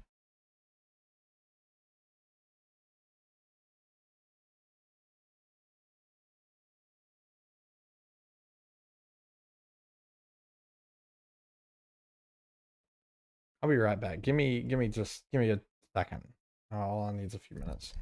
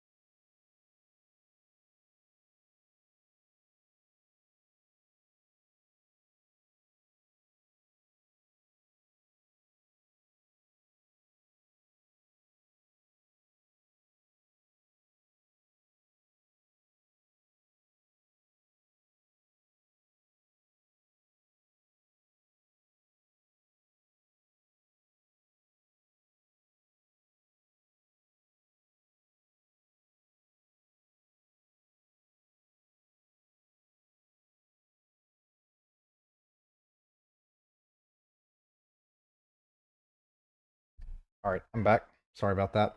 I was watching this area of rotation that's kind of formed going towards Purvis right now. Looks like it's already falling apart a little bit. I've been talking about the lower level jet and how that's been possibly producing some rotation in the lower levels, but I mean, I don't know. This thing could become tornado warned if I'm going to be honest. And I wouldn't even be shocked. That thing's a pretty nice looking area of rotation. I mean, I've been looking at this. I've been looking at this for the last several minutes. That's why I went ahead and did what I needed to do. Because I mean, this is getting interesting. Because it's not going away either. I mean, it doesn't look great on storm relative velocity, but I mean, it, it's hard to tell. I mean, it's a very broad area of rotation. But I mean, that's the best rotation we've seen all day. Definitely something to watch here, honestly. This is going to keep me from going off the air at 9:45 is what it seems like, unless this falls apart. I'm completely ready for this weather radio to fall apart. Not fall apart. I'm completely expecting this thing to possibly blow up soon with a possible tornado warning. Um, if you're in Purvis, I wouldn't like get too worried about this right now. But I mean, it's definitely the best rotation we've seen all day. I mean, just talking about in terms of rotation. Um, I hope it doesn't turn into a tornado either. But that's going to keep us from going off the air right now. And so we're going to stay and we're going to cover this because this is an area of rotation that's kind of formed here moving towards Purvis. It looks like there's a cell here by itself, kind of just embedded in this line. And so normally, normally you kind of count these out, but it is times like this where you get areas of rotation like this that all of a sudden drop a quick tornado. And so that's why I'm staying with this. I'm going to switch over to the Baton Rouge radar real quick. And sorry. There we go. Here's the thing. Baton Rouge radar is not showing anything. Like this does not look good on the Baton Rouge radar. Did they tornado warn it? I'm not hearing any word on that. It doesn't look good from Jackson. It only looks good from it. The only side that this rotation looks decent on is the Mobile radar. I'm curious to see what they do with this. I mean, definitely lots of outflow.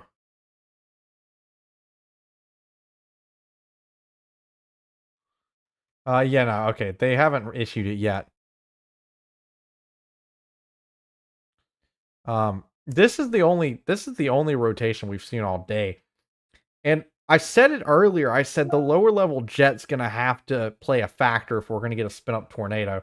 Don't know if anyone was here early enough for me when I said that, but I said that as we go into the afternoon or into the nighttime hours is actually when the tornado threat's going to ramp up due to the lower level jet. And so I think that's what we're seeing right now is we're starting to see the lower levels have more wind shear right now. And that's at least what's happening here. I'm not saying that a tornado is going to form with this, but I mean, we definitely have something rotating here to the west of Purvis or to the northwest of Purvis. I'm hoping that this falls apart quickly because honestly, this is going to move up towards Hattiesburg. If anything, this looks like it'll go north of Purvis if this forms into anything. But I mean, you definitely have a cell there, and it's hard to see on radar, but definitely something there. I'm not trying to sound an alarm. I'm never trying to be a hype guy. That's not how I am. But at least from the Mobile radar, there's something to worry about. From the Jackson radar too, though. Like, look at this. Look at Tilt 2. Jackson radar showing some rotation there as well. I think the Baton Rouge radar is just in a weird place.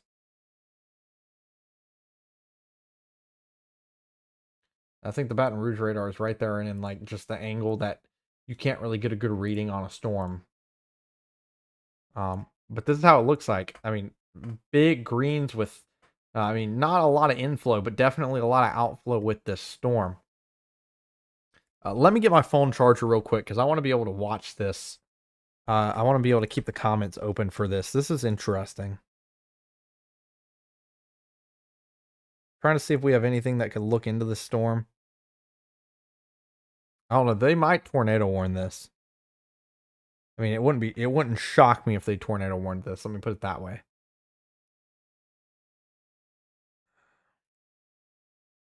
I can't find anything looking into this right now.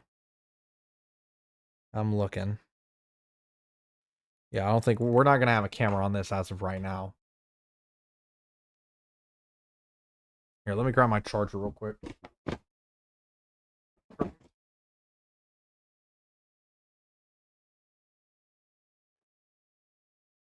Okay. Let's make sure I have this. I'm ready to go. Keeping the eyes on the comments here for any questions. We're going to continue to watch this development right now.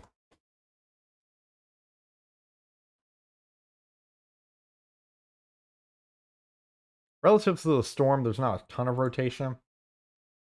But I mean, definitely an area of concern of mine.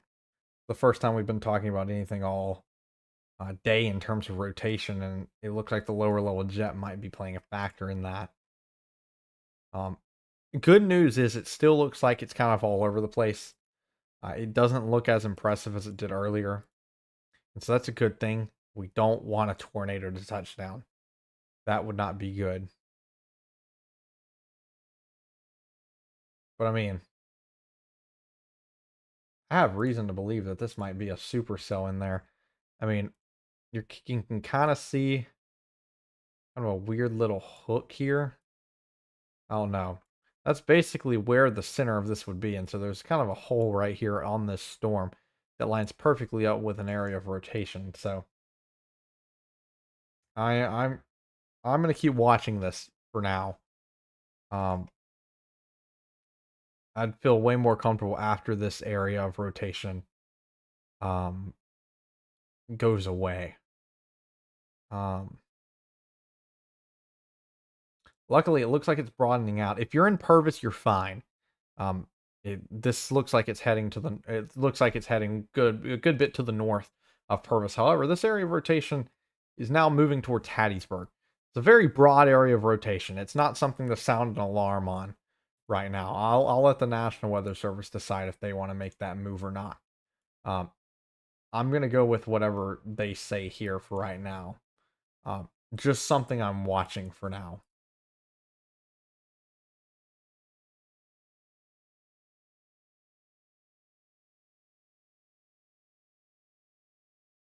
Whoops, sorry. Sorry. Whoops. Don't even know what button I'm pressing.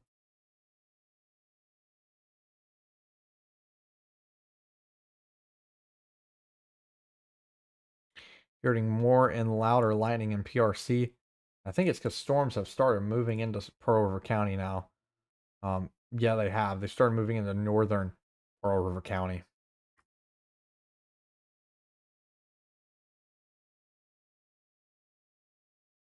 What does the mobile radar look like? The mobile radar still with a deep area of just broad rotation there. It looks nothing. It does not look as impressive as it did several minutes ago, which is usually a good sign. Still a very broad area. And this is what bothers me is it's moving into a populated area like Hattiesburg. We really don't like that. I mean, I don't like tornadoes hitting any portion. I mean, I don't think population matters. I think everyone deserves good weather coverage. But, I mean, we definitely don't want to see a tornado moving through a major city like Hattiesburg. I mean, it's hard to even see anything up here on the radar. It's hard to see if there's a hook echo anywhere. Just a whole jumbled mess up in here. But times like this can produce a quick tornado. I've seen it happen before. I know some people in this chat saw it happen back on Valentine's Day. That was shocking. That was wild.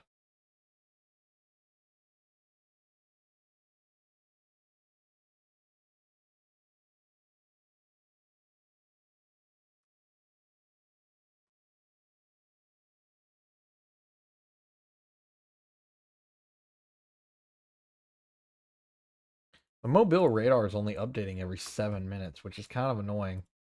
Usually it updates every 3 when they have it in the right mode.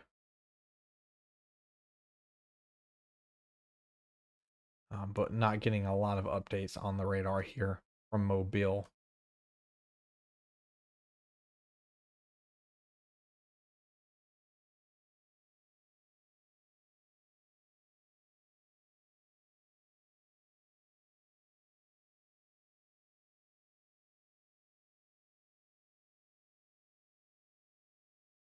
Perfect time to go into split screen here.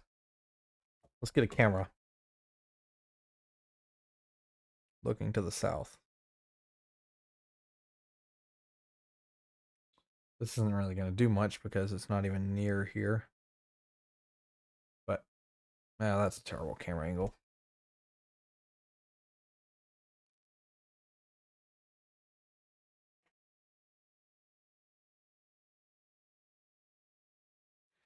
All these cameras are not great in Hattiesburg. I just want a decent camera to show conditions in Hattiesburg.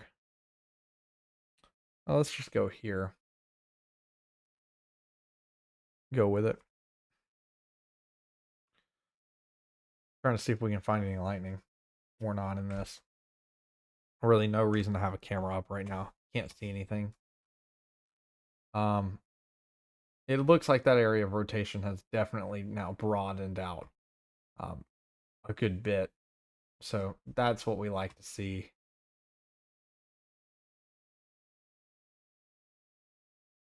But you can't count it out just yet. I've learned that too many times.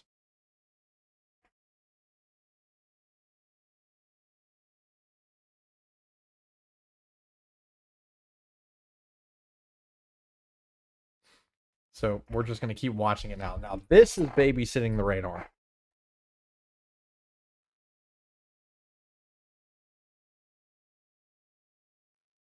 So the Valentine's tornado watch, that was such a weird event. I so I went offline. I was going to go to sleep because I was tired. But then all of a sudden we got some tornado warnings, and so I turned on the laptop, did a quick little makeshift stream, and then we had 6 tornadoes touch down on Valentine's night. Near in Lawrence, Lincoln, and I think was it Jeff Davis County had a tornado as well. I think there was like six tornadoes on that night. Very quick tornadoes, but I think there was 2 or 3 F1s. Can I do a future radar before I move on? Before I go off? Yes, I will. I don't use an actual like future radar. Future radar. I guess future radar. I use weather models. Some like the Weather Channel future radar that you can use on the app. Those are garbage. Um, usually any future radar on an app is not actually model data. It's like an average. It kind of sucks. I'll show you the HRRR though after I get off, or not after, before I get off. I'll definitely do that. I'll give timing for basically what time it'll stop raining and everything. I'll do that before we get off. Got to wait for this area of rotation to just completely die though. Uh, that's nearing Hattiesburg before we do that.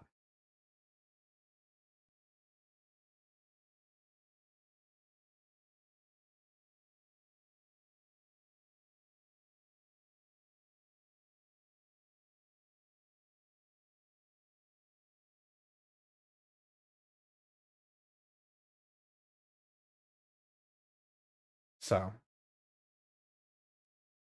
let's do this. I'm trying to check a few things real quick regarding what's going on with the National Weather Service right now.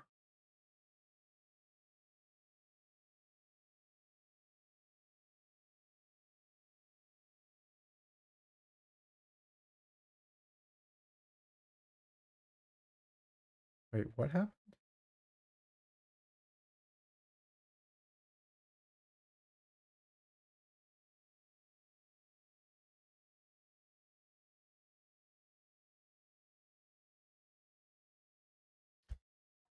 Okay. Yeah, no, the tornado. We never had a tornado watch today. We had a severe thunderstorm watch, but that's been allowed to expire. So yeah, nobody's been under a tornado watch today. Which honestly, even if a quick spin up tornado came from this cell, if that happened, I'm still perfectly okay with a tornado watch not being issued. Um, because I don't think you need to issue a tornado watch when only like the possibility of one spin up is there. I don't think there's any reason to alarm the public for that, because the issue is that you end up with a high false alarm rating, and that's something I've been studying here at Mississippi State. Is you end up with a high false alarm rating.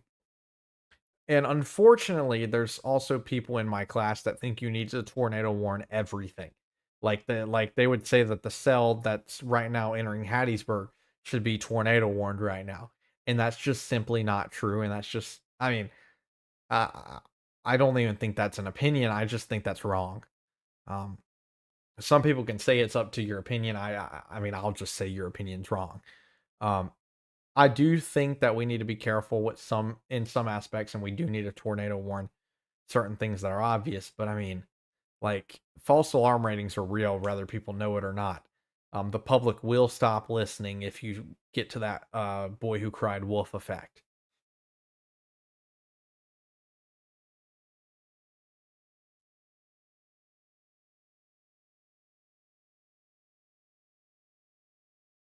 Yeah, the Valentine's tornadoes was so weird. I have to sit down and study that. So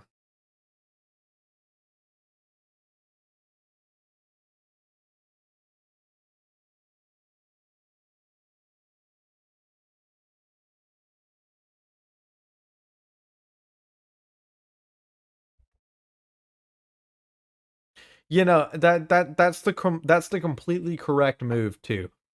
Watches, I wouldn't worry too much about watches. I think that watches have their place. And I think that watches really tell the public, hey, this is a serious weather event that we're expecting. But warnings, any warning you should take serious. If I'm just going to be honest, any warning you should take serious. Now, I try to avoid talking about National Weather Service offices. The National Weather Service in Jackson does tend to pull the trigger on a lot of things for some reason. Like last year in March or April, they basically tornado warned an entire squall line just to be safe. Um, that was dumb. No reason for that. But yeah, take every tornado warning serious. Watches are a little different. Some tornado watches matter more than others. Um, Now if it's a PDS tornado watch, I would listen to that. Um, if you don't ever read into like the watches whenever they're issued, I suggest going to the National Weather Service page or the Storm Prediction Center's page and reading it. Um, if not, I'd post it if so on Magnolia State Weather. If they ever issue a PDS tornado watch, which stands for a particularly dangerous situation, they issue those for watches and for warnings. If those are ever issued, you're in a very um bad spot. Not a bad spot. Like a PDS tornado watch just means that it's a tornado watch for, I mean, massive tornadoes. Like that's what it is. A PDS tornado warning means that you have an observed tornado on the ground that's causing destructive damage, and then if you're ever, God forbid, in a tornado emergency, um, that's the worst of the worst when it comes to tornado warnings. I have been in multiple tornado emergencies. They don't get issued often. I'd say we get roughly one, two, three a year in Mississippi. The first one I was ever in was the 2020 Easter tornado. That was so if you don't know about the Easter tornado, I'd suggest looking it up if you live in South Mississippi. Very big event that happened in South Mississippi. It was Easter of 2020. Massive tornado that was 2.25 miles wide, went all the way from Bassfield, Mississippi through Soso, Mississippi, all the way up the Pachuta. It's on the ground for like 60 or 70 miles. EF4, 190-mile-an-hour winds, third widest tornado in U.S. history. Very, very scary situation, because this was before I was a chaser or any of that. I couldn't just leave, and I lived in a mobile home, and I was in the middle of the tornado warning. Luckily, it didn't really get close to my town, but Definitely a scary situation. The other tornado emergencies I've been in, I kind of drove myself into storm chasing. So, I mean, that's a little different.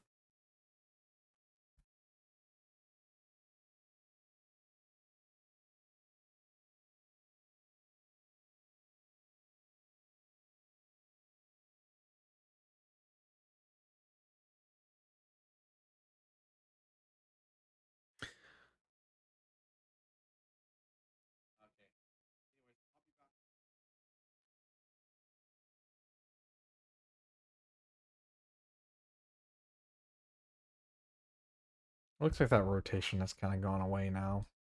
Still babying it, but um, even on the Jackson radar, it's kind of gone away.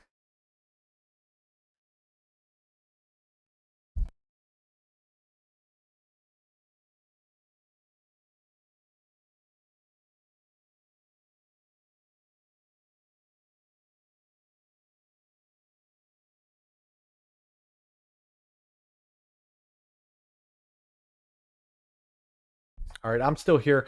I'm about to go offline because I'm not really worried about it anymore. If we get an area of rotation that pops up, I'll come back really fast. So if there's a tornado warning, just know I'll be back really quickly.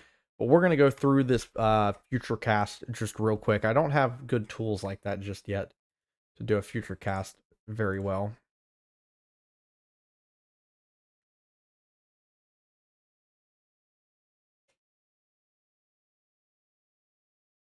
Okay. No, no. I'm just trying to get this future cast open. I don't know why I'm struggling so much right now. There we go. Okay. Let me get that loaded. No severe thunderstorm warnings or tornado warnings across the US. That's what we enjoy. That's what we like to see.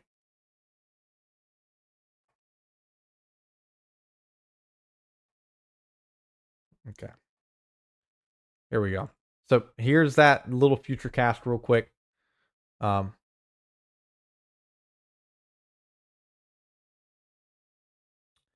yeah, I when it comes to tornadoes, I'm going to be fairly serious. Like, I'm going to focus on that tornado warning or that potential rotation until it's gone. And then we can start laughing and giggling and talking about other stuff up until we get there. Um, I mean, it's just how it is. I mean, there's business we have to take care of. So, so here we go. Here we go. Going through the future cast real quick.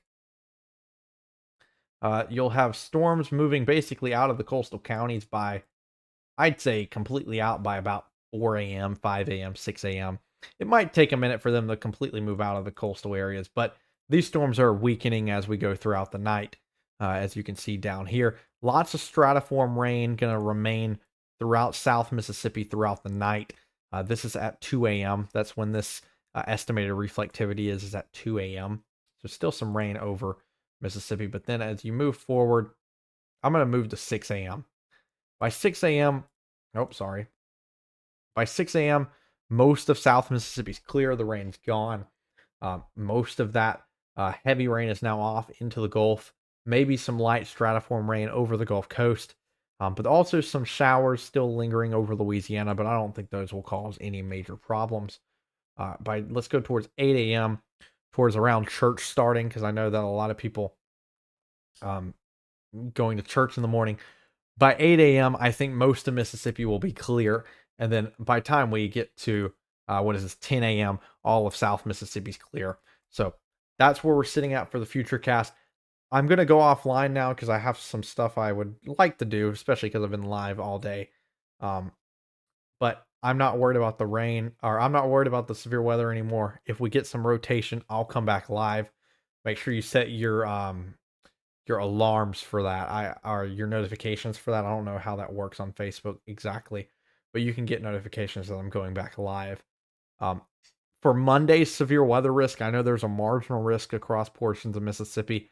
I'll post some videos on that tomorrow, make some posts about that, and I'll figure that out in the coming days. So I'll look into that.